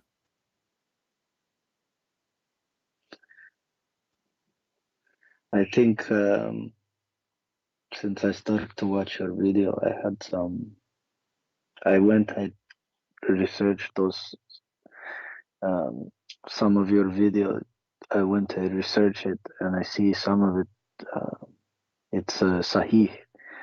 So I had some question, and then I called you because, another caller, he said to you, Jesus, he don't know the hour. And actually, my other Muslim friend, we used to make fun of the Christian because we know about this. We know that Jesus told his follower, I don't know that, only is the Father. So we, but I don't know. I apologize. Insult your religion. No, you are. It's okay for me. I know how Muslims do things. Usually, Muslims, they do mockery, and this is why myself, I use the same language they do, so they can wake up from their madness.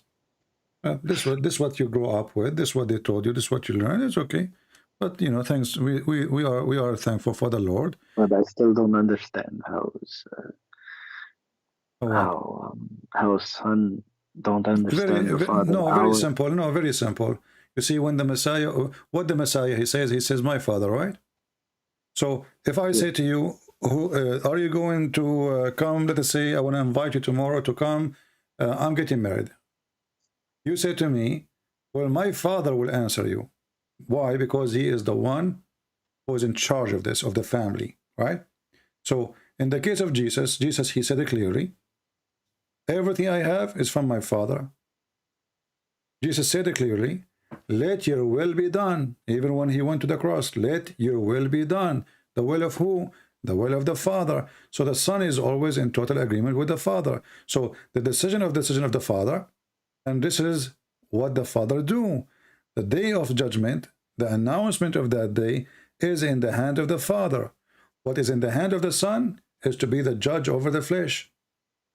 That will be a problem if we Christians believe that our God is one person, but we don't. We believe that God is the Father, God the Son, God the Holy Spirit. God the Son, you have a duty to do.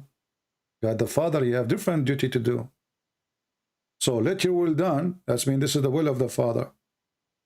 For God, he loved the world. He sent his only begotten Son. Who is the one who sent the Son? Muhammad? The Father. The Father. Okay. So isn't it obvious that the one who is giving the high decision is the Father? Right? It's obvious. Yeah, so the Son is doing what? Is doing what? Is doing what the Father asked him to do. So why the Father will not be the one who decide and the one who decide to announce the day of judgment? So is Jesus, he just won't announce it? It's not about knowing. It's about, this is not his duty. You know, the people, they're trying to find out when the judgment day is, but it's not for the Son of Man. The Son of Man, who? Jesus in the flesh. Because now, if you ask me, and I tell you, either I will tell you a lie, or I will tell you the truth. So if I say, if I know the date exactly, and I say I do not know, that means I'm lying. If I say to you the date, that's against the will of my Father, because this is not for anyone to know. You know, imagine if all of us, we knew when the judgment day is going to be. No one of us will care, because simply we will wait until the night of the judgment day and start praying to God, asking for forgiveness. So it's not for any man, my friend. Jesus, he didn't tell anybody. Like, I don't understand. It's very simple. Let me repeat again. This is in the hand of the Father. The Father is the one who makes decision. The Messiah and his mission to the earth. There is no decision about the judgment day yet. And Jesus, he told him what the Father told him. The Father told me. The Father said to me. So the Father did not tell. The Father did not tell Jesus about when. And I believe actually that the Father did not even make decision about it, because we in Christianity, we don't believe in the preset date for anything. As an example, when we have stories in the Bible about people, they wanna I know what you're gonna say. Sodom and Gomorrah, you know. So he said to them, yeah, if there is a few righteous, will you destroy the city? He said no. So what is going to decide to destroy the city is about how many righteous. So if we are the people decide not to be righteous no more, the faster we are not righteous, the faster judgment day come. That's why it's called a free will. So if God did decide in a preset time, predating time, it's not about knowledge only, it's about freedom of believe and act. So God, he will let you do as you wish. Go live. You want to live evil, live evil. You want to live good, live good. You want to be bad, be bad. This isn't your business. But as soon as no righteous is left, that's it. The whole food is damaged. You know, like you put your food in the refrigerator to what? To preserve it. Until this food is damaged, that's it. Even refrigerator can fix it. So time is to throw them in the garbage. So when the time to throw everybody in the garbage, which is hellfire, then the day of judgment will happen.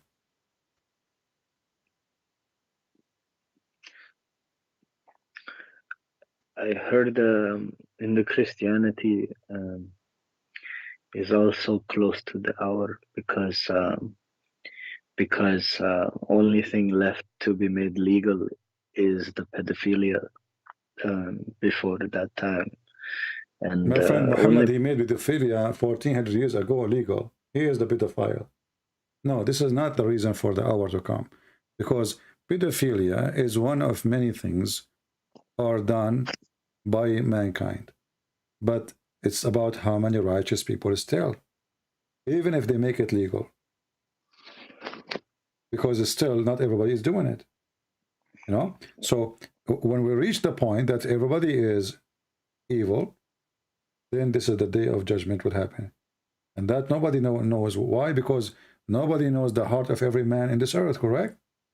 I can say maybe, okay, I live in this community, everybody here is evil, but what about a different city? What about a different country? So God, the same as he did not destroy Sodom and Gomorrah, because there's a few righteous left, God will not destroy this earth until there's no hope no more. And then the Messiah will come. And then the Messiah will elect his people. He will take them away to different places. And then those who they are, you know, the one who reject Jesus, they will be taken to hellfire and they will be suffering for eternity. This is why, my friend Muhammad, I'm saying to you, the gay people, why only one problem I have with the religions, even Islam and Christianity, is because I see so many, you know, there are many gay people, and I don't think they're bad. So why they have to go to the hellfire just because they my they're friend, born like let me explain it to you in a very simple way. If you want to come to my house, nobody can enter my house, and this is for real. Nobody can enter my house wearing his shoes. This is my house, correct? Do you agree with me, Muhammad? I have the right to say who want to enter my house, correct? So you want to come to my house, please take off your shoes. Why I force people to take off their shoes? Because you step in poo-poo, you step in spitting, you stop. You know, I don't allow that. This is my house. Now, God, he have a house. And this God, he says, I have rules. Those things for me are not allowed. They are against my teaching. As simple as that. But you want to do them, that's your business. You know, you cannot say this person is good and this person is bad. Well, he's doing bad, so how he can be a good person? So if I am a thief and then I make donation, is that I'm a good thief? Is that what it means? If I am a good person and I do fornication, well, I am a good person and do fornication. So what is fornication? Is it good? How we can scale the word good? So God, he told us what is good and what is bad. It's not up to you. It's not up to me. You don't have to accept, you know, like you want to be a thief, you want to be a gay, you want to be a pedophile, you want to be whatever you want. This is your business. But you want to enter the house of the Lord, you have to take your shoes off, which means you have to go by the requirement. And the requirement is do this, do that. Not everyone says to me, Lord, Lord, will enter the kingdom of my Father, the Messiah said, but the one who do his will. So you don't have to listen to the Messiah. Don't listen. Go, be drunk. Go, be a pedophile. Who? This is your business. But he told you already that if you do those things, you don't want to follow me, you don't belong to me. Go to the one you belong to. Jesus made it clear that Satan is the father of all lies. People lie to themselves, making themselves believe that they are doing nothing wrong. But in the eye of who? You are good in the eye of who? Yourself? You justify always the bad things you do. When a man, he rape a woman, he claim what? You know, she is wearing short skirt. But that will not change anything. It's your evil. You force yourself on her. When a man, he rob a person in the street, oh, he have a expensive watch and I don't have anything. You justify it. Human being always justify his bad. No criminal, usually, he agree that he is doing a crime. No one doing wrong, he agree is doing wrong. They always justify it. Even we Christians, when we do things, we say, well, we are weak. Yes, we are weak. But shouldn't we fight our sin? Yes, true, we are weak. We got tempted. So being a Christian doesn't mean you're an angel and you are perfect and you don't do wrong. No. But being a Christian means that you fight your sin as much as you can. You don't make sin your lifestyle and you don't enjoy your sin. When you make sin, you feel guilty and you repent and you do your best to fight it and not to do it again. But if a person, he decides to say, well, I don't see anything bad in that, this is your mind. This is your belief. The belief is what is in the Bible. It's not up to you. So there's a requirement. If you want to go to the heaven of Christ, you have to agree with the Christ. What do you think, Muhammad? Do you agree with the Christ? Or you agree with the word? In this world, everything is upside down, and you know that. In this world, we have a president, he says Islam is peace, but you know Islam is not peace. In this world, we have prime ministers, ministers, TV stations saying Islam is wonderful, but you know that this is a big fat lie. So do we follow the word, or we follow God, our Holy Lord? It's up to you. Well, yeah, like I don't have really any problem with, but again, I don't have much knowledge with Jesus, but except from Islam knowledge about Isa. But I personally don't think I don't want those gay people go to hell. My friend, it's not up to you. It's not up to me. It's not. This is not about opinion. Heaven and hell is a place created by God. People who don't believe in hell and heaven, they do those things, or they do whatever they want. So why you are so worried about them? Are you gay? No, but I work with one couple people. Okay, we pray that this person will see what is right and what's wrong in the future. But obviously, he don't care to be with Jesus. He don't care. This is not his intention. He prefer his sexual enjoyment more than anything. And this is not only for gays. I mean, who said this is only gays? With anyone who doing bad things, he will end where he deserves to be, where he decide to be. It's your decision. If a firefighter, he come to your house, he knock at your door, says, hey, there's a fire coming to your house. You say, don't knock at my door no more. I don't care. So when the fire come, don't complain. You're saying to me, I don't think they deserve. Who said so? Well, I met a couple people. They seem... My friend. It's not me, it's not you. I'm not judging people. I'm not the one who say they are bad. I have a book. The book says, if you want to enter my heaven, you do this. Forget about bad and good now. If you want to enter my house, you have to do this and that. You don't want to enter my house, it's up to you. So if they did refuse the terms and conditions of the invitation, it was their decision. It's not God who sent them to hell. They choose. God, he says, you want to kill?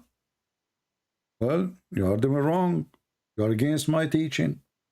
So if I go and kill, if I go and rape, if I go and steal, well, obviously, I'm refusing all the terms and conditions to be qualified to go to heaven. So it's not God who rejected you. It's you who refused God. So what people do, they play victim. They say, what kind of God he will send me to hell? It's you who will send yourself to hell. God did not send you. God, he warned you. He says, it's not up to you. I did not create myself. Did God even ask me if, can I create you? So a human being, he think he's God. Suddenly he is the one who decides what is good, what is bad. And if this is the case, we'll go and do as you wish. Why you're complaining? You can't complain if this is your wish. It's not my... it's just something didn't really make total sense to me when I think about it, because Actually, I don't even know what is the 10th commandment, but I know that you know, if you steal, you hurting somebody. If you kill, you hurting somebody. Um, you know, if you lie, you're hurting somebody. Mm. But if I go to work and there is a lady and she's a lesbian, she doesn't hurt nobody. She's just a lesbian. No, you see, according to the Bible, you are hurting God. Why? Because this is a body. God, He gave it to you. You don't own it. You don't own the body. You see, when I do commit sin, this is not only for lesbian. It's not only for gays. This is for anything Christians people they do, or non-Christians. You have a body. It's a gift from God. It's not your body. Who said this is your body? So Well, that's why my father. as an example, if you kill yourself, cannot get if you commit tattooed. suicide, listen, Muhammad. Not your body. If somebody commits suicide, he did not kill anybody. He did not hurt anyone. But this is not your body. Well, God did not give you a life. He did not give you the authority to take your life. He gave it to you. You have to give it back as He gave you. So if you say to me, I'm going to borrow from you $100, and then you decide this is your money, you do whatever you wish with it, but this is a wrong idea. It's not you who made the life. It's not you who created yourself. It's not you who own that body. This body does not belong to you. So when you decide to do as you wish, you are using the body He gave to you as a gift. You have to return it. We are borrowing life. We don't own the life. So he gave you birth, and you are clean. Why you want to give back the body to God and it's full of dirt? So when you kill, you are dirty. When you steal, you are dirty. When you are lying, you are dirty. When you are fornicating, I mean, you name it. This is not only about gays and lesbians, anything. This is the Bible. This is what it teach. So you want to go with God? You want to be with God? Well, you bring to Him what He gave you as He gave it to you. And if you have some wound there, well, at least apologize for it. Pray for repentance. It's like borrowing a car. I gave it to you, and then you bring me the car, and there's no the tires are gone, the paint is gone, the doors are gone, the radio is gone, the battery is gone, and you say, what's wrong with that? That's what you're saying. You say, isn't it my car? That's not your car.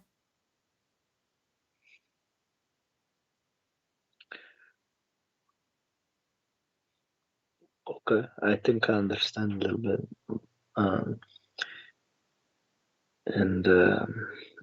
CP, what would you say is what make you really strong, make you believe in Jesus, make you a Christian? What's the one thing or two thing? Where should I look if I want to investigate this religion? How can I feel how you're feeling? Because the first thing we do. Nice feeling that I don't think if, you know, 2 days ago I had some question, but I still, you know, I believe, you know, I'm a Muslim, and even when you convert to become a Muslim, they say all your past sin is forgiven. Is it same in Christianity as well?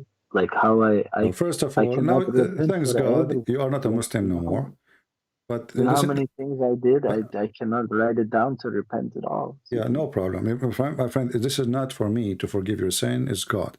However, if you are a person who is, when you repent from your heart, it's not because you become a Christian, your sin is forgiven. No, you know, this is not true.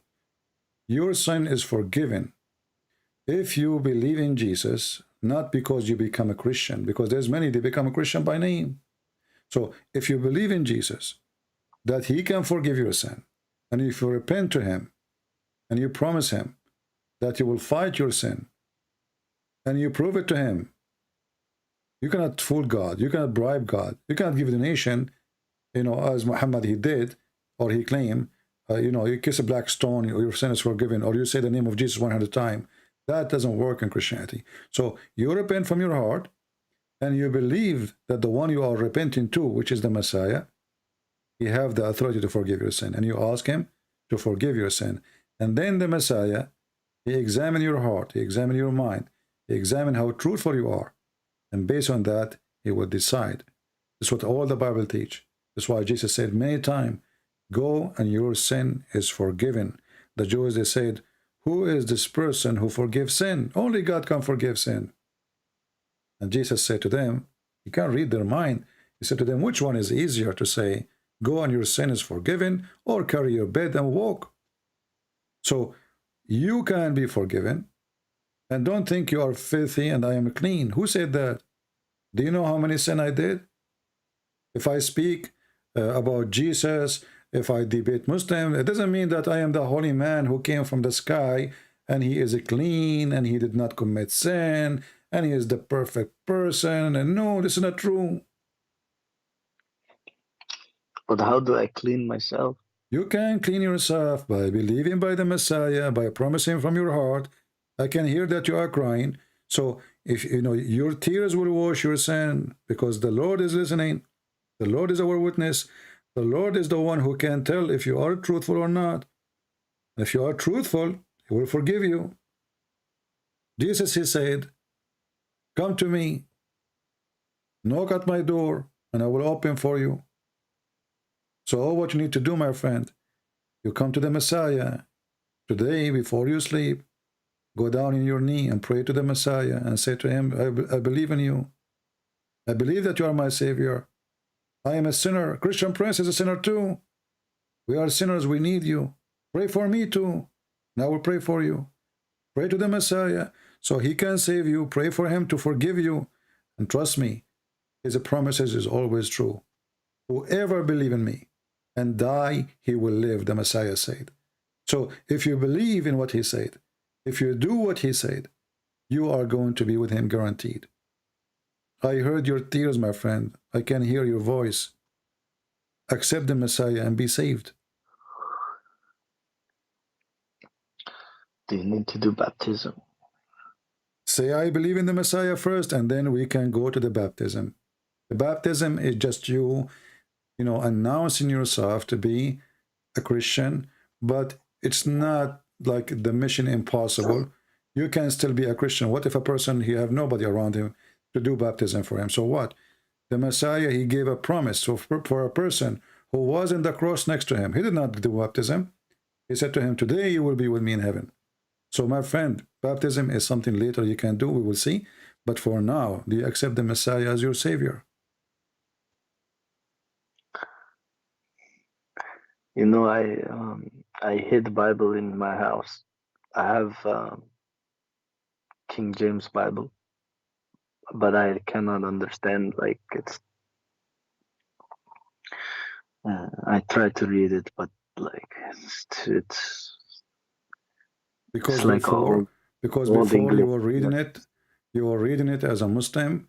You are angry from this book. This book is wrong for you. This book is bad. And it doesn't matter, by the way, what the version is translation. King James is not there's nothing called King James. Right? It is a translation of King James. So the Bible is the Bible, and if you read it from your heart, then your heart will be there. If you read it with hatred and anger, then you will not find yourself. So now you have a different start, because now you are not a Muslim no more. Now when you will read different way. You will see different things. Read from your heart, not from your eyes only. You see, when I read, especially the Bible, I don't read really like everybody. I live the story. Maybe you can do that. I don't know how good you can be in that, but because every person is different. But when you read a story, try to be there. Try to imagine that okay, this is the Messiah. He is talking. The crowd is there. He is saying this, like again, Yeshua, he said, he answered in a parable, saying, he said that the kingdom of heaven compared to the man who was the king, who made a wedding feast for his son. Look how beautiful. Read it. Imagine it.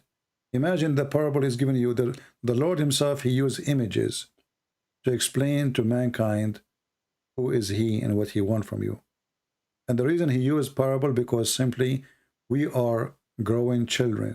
You see, we might be 16 years old, we might be 60 years old, we might be 90 years old, but all of us, we are just kids. And we need images. And the images is what? Is our language. Our language is images. I say a chair, in your head, you have an image.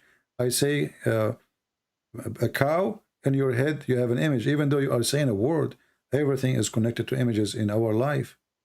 So the Lord, he used images to explain to you, because he knew that we are not super comprehended people. We are human. We are limited. So the parable is so my people they may understand. So read them. Like now we open in front of us Matthew 22. Beautiful story. Read it and see how amazing it is. Try to understand. Try to live the story. Not to be just a person who read it.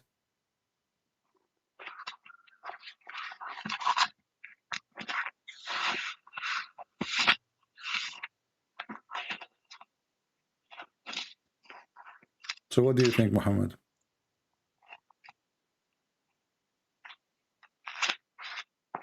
I see you are Matthew flipping. what? Matthew 22. 22. I will send you a link. Here we go. Let me send you a link. You know, so you can open it from your side. Easier. The marriage of the king's son. Yeah, but you see here, Jesus is talking as if he is telling a story. You know, it's like it sounds like a fictional story. You know, but he meant something else. The story is about something important, about someone important, but it's supposed to be about someone else. So you can read it. I don't know what language you speak, your original language. You can speak in your original language too. I'm sure you can find the Bible for the same chapter in your own language. I think that will help better.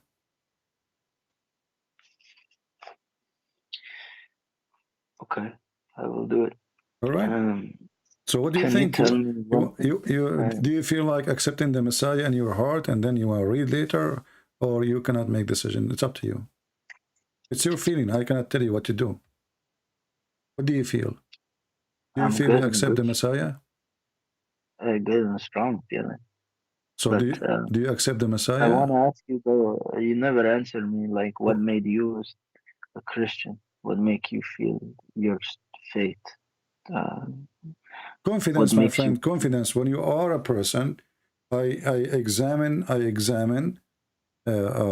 the Lord, he says to me. I examine his ethic. I examine his teaching. I examine what he do.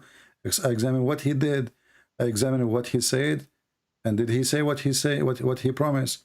The Messiah, he never failed the exam. He said, forgive. And the cross, he forgave them. I mean, imagine people are killing you. People are putting nails in your hands, in your feet, spitting at you, making fun of you. And you are the Messiah himself, who resurrect people from death. Saying, forgive them, Father. They do not know what they are doing.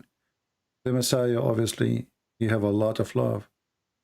To the point he love even those who are killing him. If there is a better person to follow. So what make me confident that the Messiah, he did not say something and he did something like Muhammad. Muhammad, he told Muslims, when you see a woman, put your head in the floor. But Muhammad, he went to his own son's wife and he flirted with the wife when the husband is not there. He saw a woman in the street, he kept staring, and then he got horny. The man, he say something, he do something else. And he went to Zainab, right? He went to Zainab, and there's the other story about a woman walking by. There's tons of stories. So we have the Messiah. The Messiah, he challenged the Jews. Who of you can prove me to be a sinner? Nobody there. Nobody there. So we have thousands of witnesses witnessing for how holy he was, not how bad he is. And the top for me, that's why we Christian, we value very much the crucifixion of Jesus. Because in the cross, he showed his amazing, endless love to us. Forgive them, Father. The people, they were shouting, his blood is in our hands and the hands of our children, screaming with hatred and anger. The Messiah still saying, forgive them, Father. So the Messiah, my friend, there's no one like him. When he said, love your enemy, this is 2,000 years ago. Who can say such a thing? Love your enemy. I mean, nobody will, like, what? Love my enemy? Are you kidding me? I will kill my enemy. I will eat them alive. I will torture them. I will take revenge. Jesus said, no. Love your enemy. Pray for them. Pray for them, my enemy. How in the world am I going to pray for them? They are my enemies. So when we say to the Muslims, we loves you, Muslims, they think we are making fun of them. They think we are lying. But this is the command of the Lord. Love your enemy. Pray for them. Pray for those who curse you. Can you find better person than the teaching of Christ, Muhammad? I don't think so. But you remember when I first called you, and I apologize, I mock you, but really I don't understand. My Muslim friends, they told me, you know, nobody saw Jesus except people who are already his apostle, and some women, only they saw him after the tomb. Is it true? Or more people they saw him? Well, my friend, no. The Bible mentioned there's many people they saw Jesus. But let us go by the disciples. I mean, in Islam, you can prove a crime by 2. So now we have 12, and this is not enough. 12 and 2 women. This is what they said to you, right? So I mean, their excuse is very funny and very like it's not even smart, because even if there's 4 people they saw me in Islam, you can send a person to be hanged or to be crucified by 2 witnesses. A woman or a man, they can be stoned by 4 witnesses. So if after the crucifixion and after the resurrection, if the ones who saw Jesus only 12, is that bad? Is that not enough? Didn't Jesus show them his hands and his feet? He did. I think. That's okay. So what is the excuse? It's a funny excuse. You know. Well, how many people they saw Allah? Nobody. So here you see the hypocrisy. So if did Muhammad even see what happened? So how do you believe in Muhammad? Let us talk about witnesses. If you don't believe anyone except the one who witnessed, was Muhammad one of the witnesses? They have only one guy. It came 600 years after Jesus. I watched a lot of videos, like all you people. I watched for a few months, actually changed my whole faith. But like I watched your video, I watched the David Wood video, I watched a Busted Prophet video, I watched Sheikh Uthman video, I watched Hamza video, I watched everybody try to make sense. But so one of the things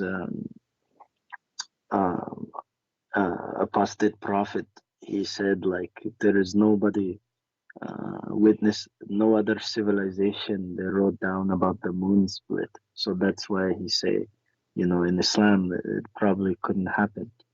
But so that's what I meant about the witnesses. Like apostles, they already, you know, they believe in Jesus. They're already part of his following. What about like some Romans or some people who... Well, you can go right now, you can search. There's tons of reference about the crucifixion of Jesus written by non-Christians. Historian who they are not Christians, you know? So this is not... I believe it is crucifixion. I mean like the resurrection part. Yeah, they're talking about what happened to Jesus and what the Christian, they so... I mean, a historian who write about it, he write what he heard, unless he was there. So... the one who was interested in writing what they saw is the one who is there and the one who believe. And actually, even the Quran says the Jews, they said, we killed Jesus, right? Even the Quran says the Jews, they say, we killed Jesus.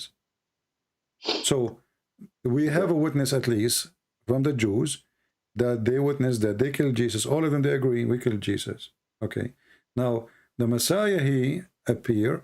And he appeared to the ones of those who want to kill Jesus, or they want to kill the followers of Jesus, like Paul. Paul was the enemy of Jesus. If you go as an example to 1 Corinthians, chapter 5, verse number 3, you can read from verse number 3 to 9, 10. You will see how the Bible describe about how many people they, you know, they witness the crucifixion of the resurrection of Jesus. So Paul himself, who was not one of the disciples at the time of crucifixion, he was an enemy of Jesus. He want to go after the Christians. Jesus himself, he appeared to him, and this is one of the enemies. And then in 1 Corinthians it says, he appeared to more than 500 brothers after the crucifixion. More than 500 brothers. So this was just one verse in the Bible. So if those are not enough, that means Jesus, he have to appear every day to everybody to convince us then. No, I'm not unreasonable. I just want to check out the reference. My friend, it's not what reference says can prove to us that, because history can be written by somebody have an agenda, you know. I am a Christian. I support, you know, I believe in Jesus. So, and I live in time of Jesus. I will say, well, there's 1 million people saw Jesus. This is not what make people believe or not. When I focus in the Messiah, I focus in the quality. If Jesus was just a person like us, he will do what we do. He will be after women. He will be after money. He will be after fame. He will be after power. He will not be in any of us. But Jesus, he did what no human can do. Not only he can do miracles, but he did the impossible for a man, which is not to commit sin. So when I believe in Jesus, it's not because there is a witness who saw Jesus after crucifixion. I believe in him because he is not like any of us. And when Jesus said, I am from above and you are from below, he was not making things up. He proved it. He is holy. His ethic is beyond ethic. His honesty is beyond honesty. His purity is beyond purity. So talk is cheap. I can say to you, I'm a good person. But all of us, we say that. Give somebody a lot of money and tell him to hide it for you. 2 days after, he will feel greedy. He might deny that you gave him the money. Even your brother from your own family. Jesus, he passed the test of every human being and he never failed. He never commits sin. That's what makes me believe in Jesus. Otherwise, people say things. I can claim things. And as long as you don't accompany me, how you will know? I can go online and say, I am a person who pray all day, fast all day, etc. But is this true?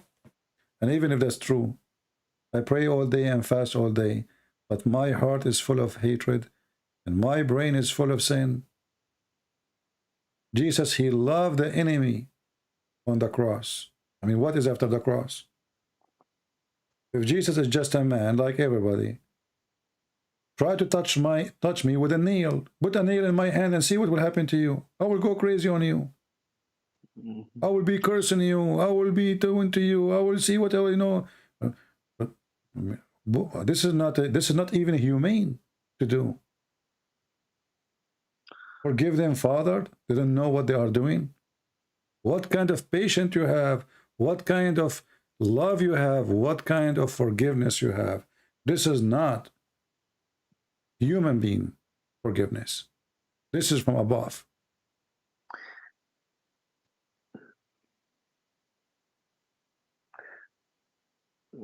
Yeah.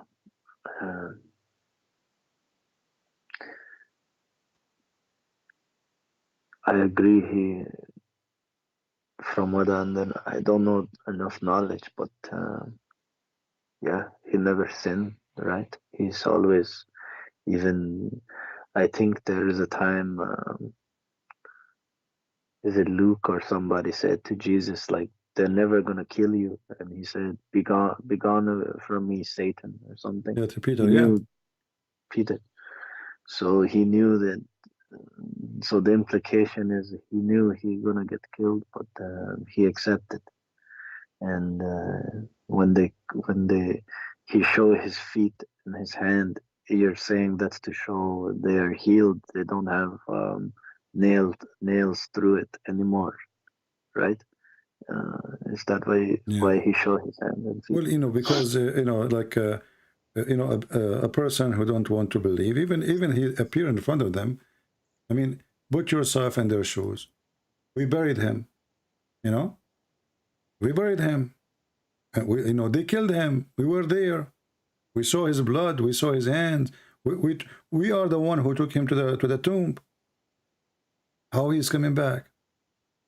And this is why, he showed them his hands, because maybe this is a different person. Maybe this is not him. Maybe this is we're imagining. This is why Jesus, he said, okay, this is my hands, this is my feet. Touch, not only see. Touch them. And where did he go after 3 days? Where is Jesus right now? In heaven, the kingdom of the Lord. That is beyond my my GPS. I cannot tell you where. But obviously, the kingdom of the Lord is a different dimension, and it is different space from what we have, And this is why even when the Muslims, they say that Jesus right now is alive. Okay, why Jesus is alive? I mean, everybody die. Why is he alive? Obviously, there's a plan. In Christianity, there's a God. He can have a plan for people. He can take them to heaven right away. The Bible says that when the Messiah, he was resurrected. Many saints, they resurrected with him from the dead. So God, he can decide to take as he wish, when he wish, not necessarily after Judgment Day in Christianity. But Jesus, he is alive for a reason. For he is from above anyway, and no one can really kill the Lord. You see, when they kill the flesh. So he came from above, he go back to above. We are from below, we stay below. Until the day come, and the Lord, he invite us to be in his house, in his kingdom. Is it true? So all my Muslim grandmother, all these people, I'm never gonna see them in heaven because they're not. My friend, maybe you can help them. Maybe I don't know if she is still alive. Maybe you can talk to her. Maybe you can help her. What you can do? I mean, this is not in your hand. This is not pray to the Lord. I don't know what we. I cannot tell you they will go to heaven because the Bible is so clear. I am the way. People who worship wrong God, they will not go to heaven. Even if my own father, he don't believe in Jesus, he will not go to heaven. Yeah, because I only know in Islam, like, if you know about Islam, but you don't believe in Islam, that means you're kafir, so you're not going to go to heaven. But what about people that are born in the Middle East, they're born in India, they don't know about, 200 years ago, they're not getting there's no way somebody do not know about Jesus yet in the Middle East. I mean, he is born in the Middle East. Every mosque speak about Jesus. So how Muslims do not know about Jesus? They knew, but they are worshiping the wrong. About Isa, right? We know there. Even now, I have to go learn Jesus' life because they teach me Isa. They don't teach me. No problem, but still, they are Christian there. Christianity is coming from there. We have the internet. We have radio. Muslims, they live between the Christians around them, there are churches in the Middle East. So a Muslim who do not know about Jesus and what the Christian believe, this is impossible. They refuse. It's a choice, my friend. Cry not for anyone. I cry for nobody. Even if on my own brother, or my own blood, or my own son, or my own daughter, they decide to reject Jesus, I will cry to nobody. I will never even, I don't, you go. It's your choice. I won't cry for them. I will never cry to anyone. People, they get what they deserve, and they go where they belong. You know, when somebody goes, I went vacation, you know, not a vacation really. I did a seminar, so I go to a country. I went to Asia. Some countries in Asia, they are very well known prostitution, like Thailand. But I go where I belong. People who are going for prostitution, they will find prostitution anywhere. Not, you don't have to go to Thailand to be there. There's prostitution in USA. There's a prostitution in Europe. You know. So, but people who they go from country to country for the sake of prostitution. They go where they belong. So, if a person he decide that nightclub is his house, not Jesus, why I want to cry for him? I will not. If somebody decide that drugs is his love, not Jesus, why we shall cry for this person, even if he's our own family? We try to help the person. He don't want. This is his business. Never cry for anybody. Not because you don't love the people, no. But this is what they did to themselves. Yeah, well. It's not you who did it to them. They did that to themselves. They have all their life journey, and they did not wake up. Well, you die, it's too late. That's why I'm saying to you, accept the Messiah now, my friend, before it is too late. Yeah, the reason I feel the pain is because you told me, oh, you want to have heaven with the endless penis? I don't want to have that, but I want to go to heaven, see my grandmother, see my grandfather. I miss them. So that's why I feel the pain. But, yeah, I understand. You know, for me, maybe I am a stronger person than you. I have different personality. We are different. There's some people, they are very sensitive. There's people, they are less sensitive. But for me, I understand reality. That God, He make decisions. And people, they choose where they want to be. So if I cry for a person or not, I'm not going to change anything. As simple as that. If my tears will help, I will cry until tomorrow. But that will not change anything.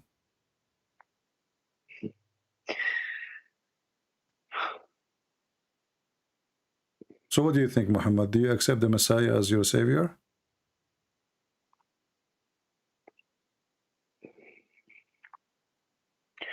Yeah, I accept. Hallelujah. Hallelujah. And me, myself, I apologize for being harsh with you. But you see, being harsh help. I wasn't harsh to be harsh. I wasn't harsh to hurt your feeling. I was harsh to save your soul. And the one who saved you is the Lord now. It's not a Christian prince. I'm so happy for you, my friend Muhammad. Let us pray.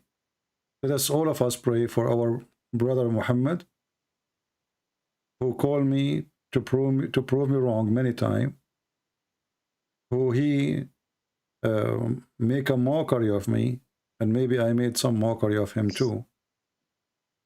But the Lord always, He washed the hearts. He'll clean our soul. And the Lord today, the Lord, He says there is a happiness in the kingdom of the Lord, for one soul is saved.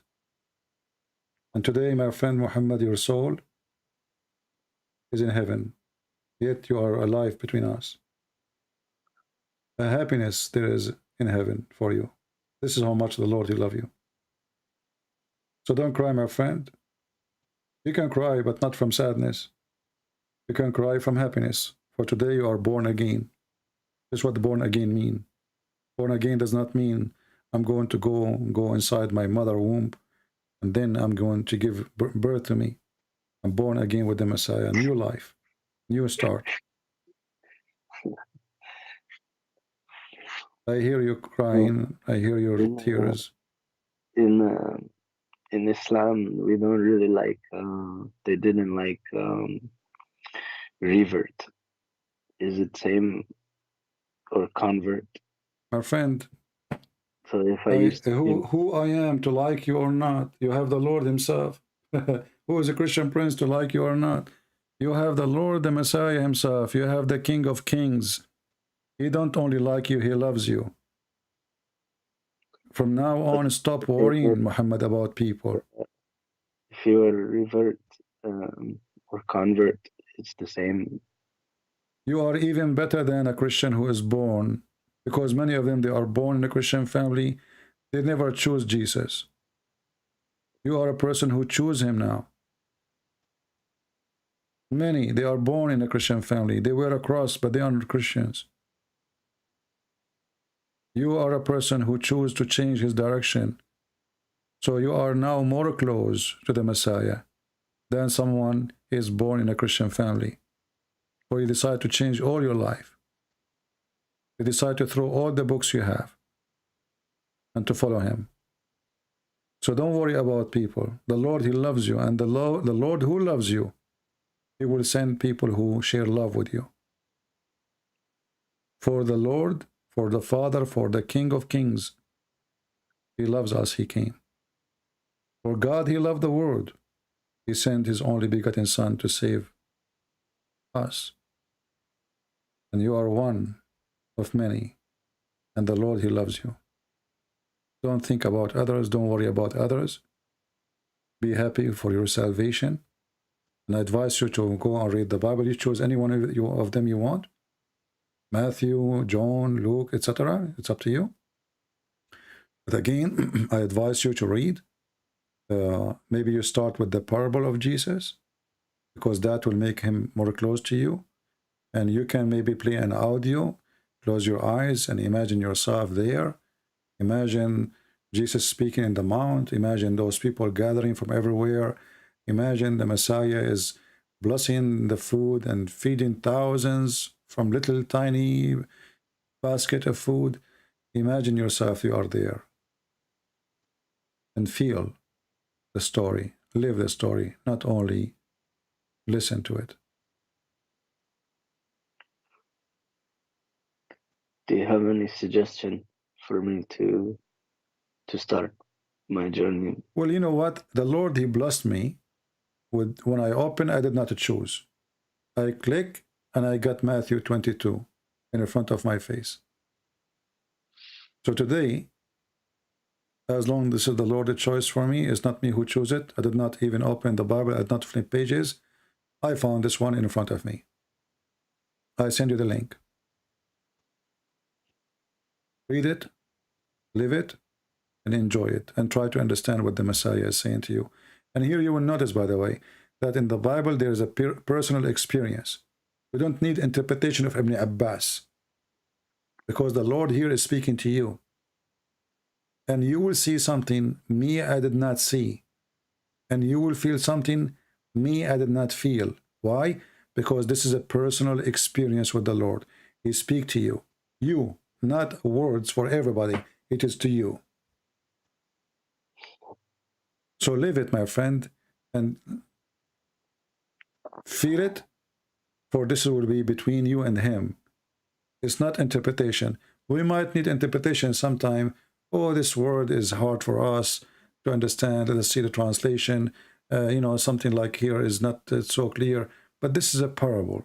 That's why I'm asking you to read the parable here, because this is the easiest way how the Lord himself, he explained himself to you. So you can get closer to him. Thank you. You're welcome, Muhammad. And again, I apologize from you, my brother, if I hurt your feeling ever. And I pray to you, and I ask all the Christians here to pray to Muhammad, to his family, that they will see the Lord. They will receive our brother Muhammad with good heart. And I believe that the Lord, he will be with you. If the Lord is with me, who could be against me? Just be with the Lord Muhammad, and you will see. Thank you very much for calling. Do you want to say anything to those people here before we finish for today?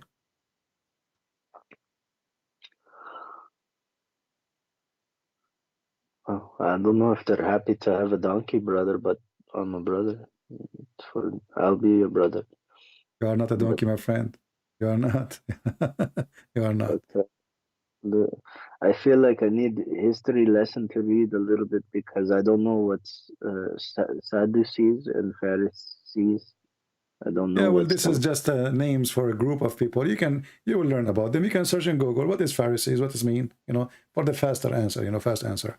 Those are easy. You do not need special education. It's a group by what they do sometime, or sometime it is who they are as an ethnic, or sometime as a group of religious people. Like when we say Jehovah's Witnesses, when we say the tax collector, when we say like now we say tax collector is IRS in USA. So when I say IRS, everybody knows what does that mean, because this is who they are in USA. They call them. So you can search that very easy in Google, so you can find out. But I advise you start from here. Start from the parable of Jesus speaking to you, and try to understand more and live more Christ in your life. I'll start reading from today. All right. Well, I pray for you, Muhammad, and let us all of us pray for our friend, our brother, Muhammad. Today, the Lord, He received him. Today, the Lord, He opened his heart. Today, the Lord, He brought him. He was lost and he was found. He was ignorant and he learned. He was a sinner and he repented. And today he denied the evil teaching and the evil books, and he accepted the love of Jesus. We pray to the Lord that He will make him better than us, better Christian than all of us, so he can guide more people. He can be a messenger. He can be a disciple. He can be an apostle. He can be a message to be delivered for those who need healing and those who need to be saved. We pray for you, my friend Muhammad, and all those people here. They pray with me. In His name we pray. I mean to that. Hallelujah. Hallelujah. I'm so glad to hear it from you. It sounds good. Hallelujah. Yeah, glory to Him. Hallelujah. Amen. Thank you, Muhammad, and feel free in the future to contact me or even to call me if you have a question about the Messiah or the Bible. All right? Well, I don't think you're gonna let me call you because Oh, no. I will treat you differently. You see, I say no Christian call me, but I will treat you differently. Exception. Here we go. Exception to you. No, because you have a questions to learn, I will take your call. But then after that, when you have more, firm knowledge, you do not need me anymore. Maybe you can ask, you can join a church or etc., and you can learn better and better. All right, Muhammad? All right. All right, my friend. God bless you. Take care. Yeah, God bless you. Bye. All right. We are very happy for our brother here. You see, this is, what I do is really hard. I stay here for many hours. My knee hurt. My back hurt. My eyes hurt. But then you see, one person, he accepted the Messiah. And then one person, he bring his family. Don't you think you just saved one person? The Lord today made me come and speak to him. And the Lord, He saved him, not me. But all the tiring you do, all the work you do, it's become a pleasure when you see people leaving cult and accepting the Messiah. So I'm very grateful for the Lord today that He sent us our brother Muhammad. And by the way, you can keep your name, no problem, But in the future, if you like, you can change it. The Lord, He know you by your heart, not by your names. The names doesn't count. The Lord, He said, from their fruits you shall know them, not from their names. And today, our friend, our brother Muhammad, he decided to become a tree who give nice fruits, good fruits, the fruit of Jesus. I'm very grateful for all of you, for your support. Grateful for the prayer we made, you made, for our friend Muhammad, because trust me, he needs more now. Satan will try to push him. Satan, he will try to play with him. Satan, he will be angry from him. And the second you join with Jesus, Satan is so angry from you. When you are not with Jesus, why even he will care for you? You are already lost. So be vigilant, be aware, be strong.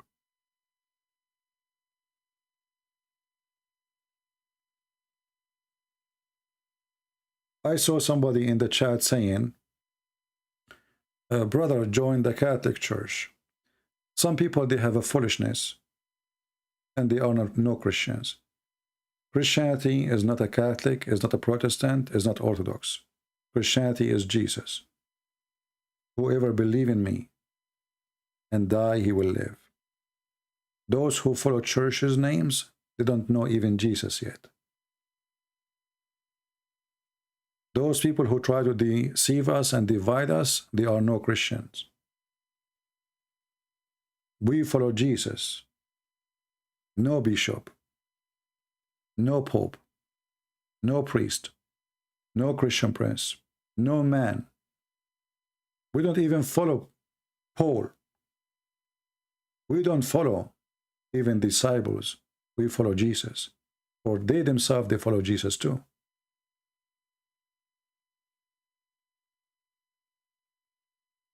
Stupidity is from the devil. And the devil play you. He try to use you. Anyone who divide us, he is working for the devil. He is no Christian. Or he never met Christ yet. All churches are my church, as long they believe in the Father, the Son, the Holy Spirit. As long they believe in the crucifixion of Jesus, the resurrection of Jesus, the salvation of Jesus, the baptism of Jesus. I don't care what the name of your church. Holy is his name, and his church is holy. It doesn't matter what the name of the church. And the church is holy only when the people inside the church, they are believing in the Messiah, following the Messiah, accepting the Messiah as Savior. Not a man, not a woman, not a money, not a prince, not a king. The Savior is one, and no other name beside his name. I want to say thank you all for being here.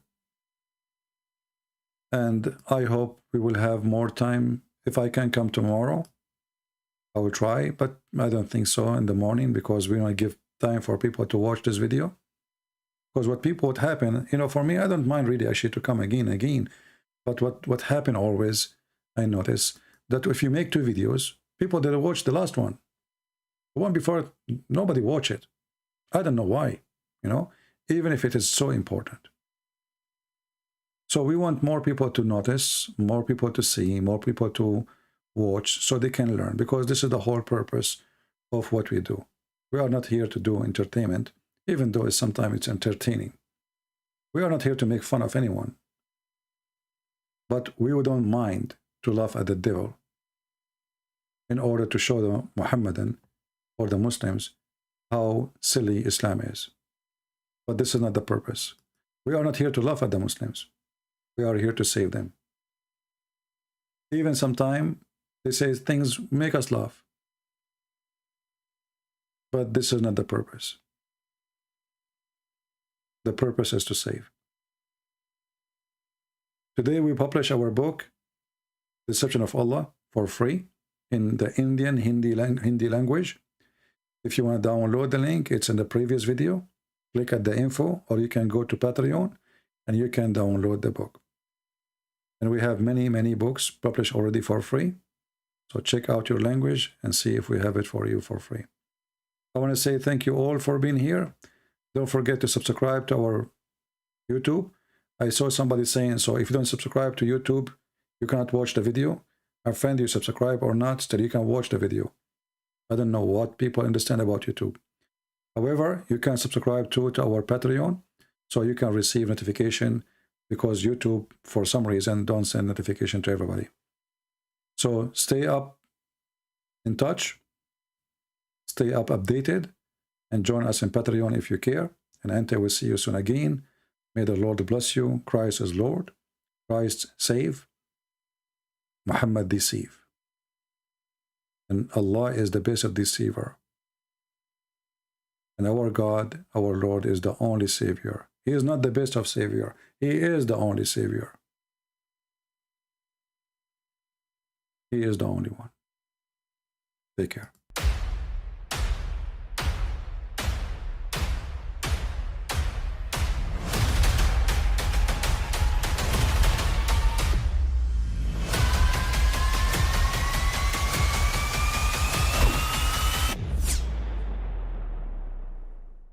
But I mean, again, he doesn't know who Gabriel is, right? Because he didn't come from an Abrahamic faith. The people of Mecca were pagan. Quran is mentioned, if this book was from other than God, they would have found in it many contradictions. If a book is without contradictions, that has no bearing on whether it comes from God or not. I've had phone books that are inerrant, but I certainly don't think God gave them. That we believe without understanding. The brother asked a very important question, that most of the scholars say that listening to music, watching movies, and most of the television programs, they're haram. So how can we have fun? Let me tell you, brother, at the outset, that having fun is permitted in Islam as long as the fun is halal fun.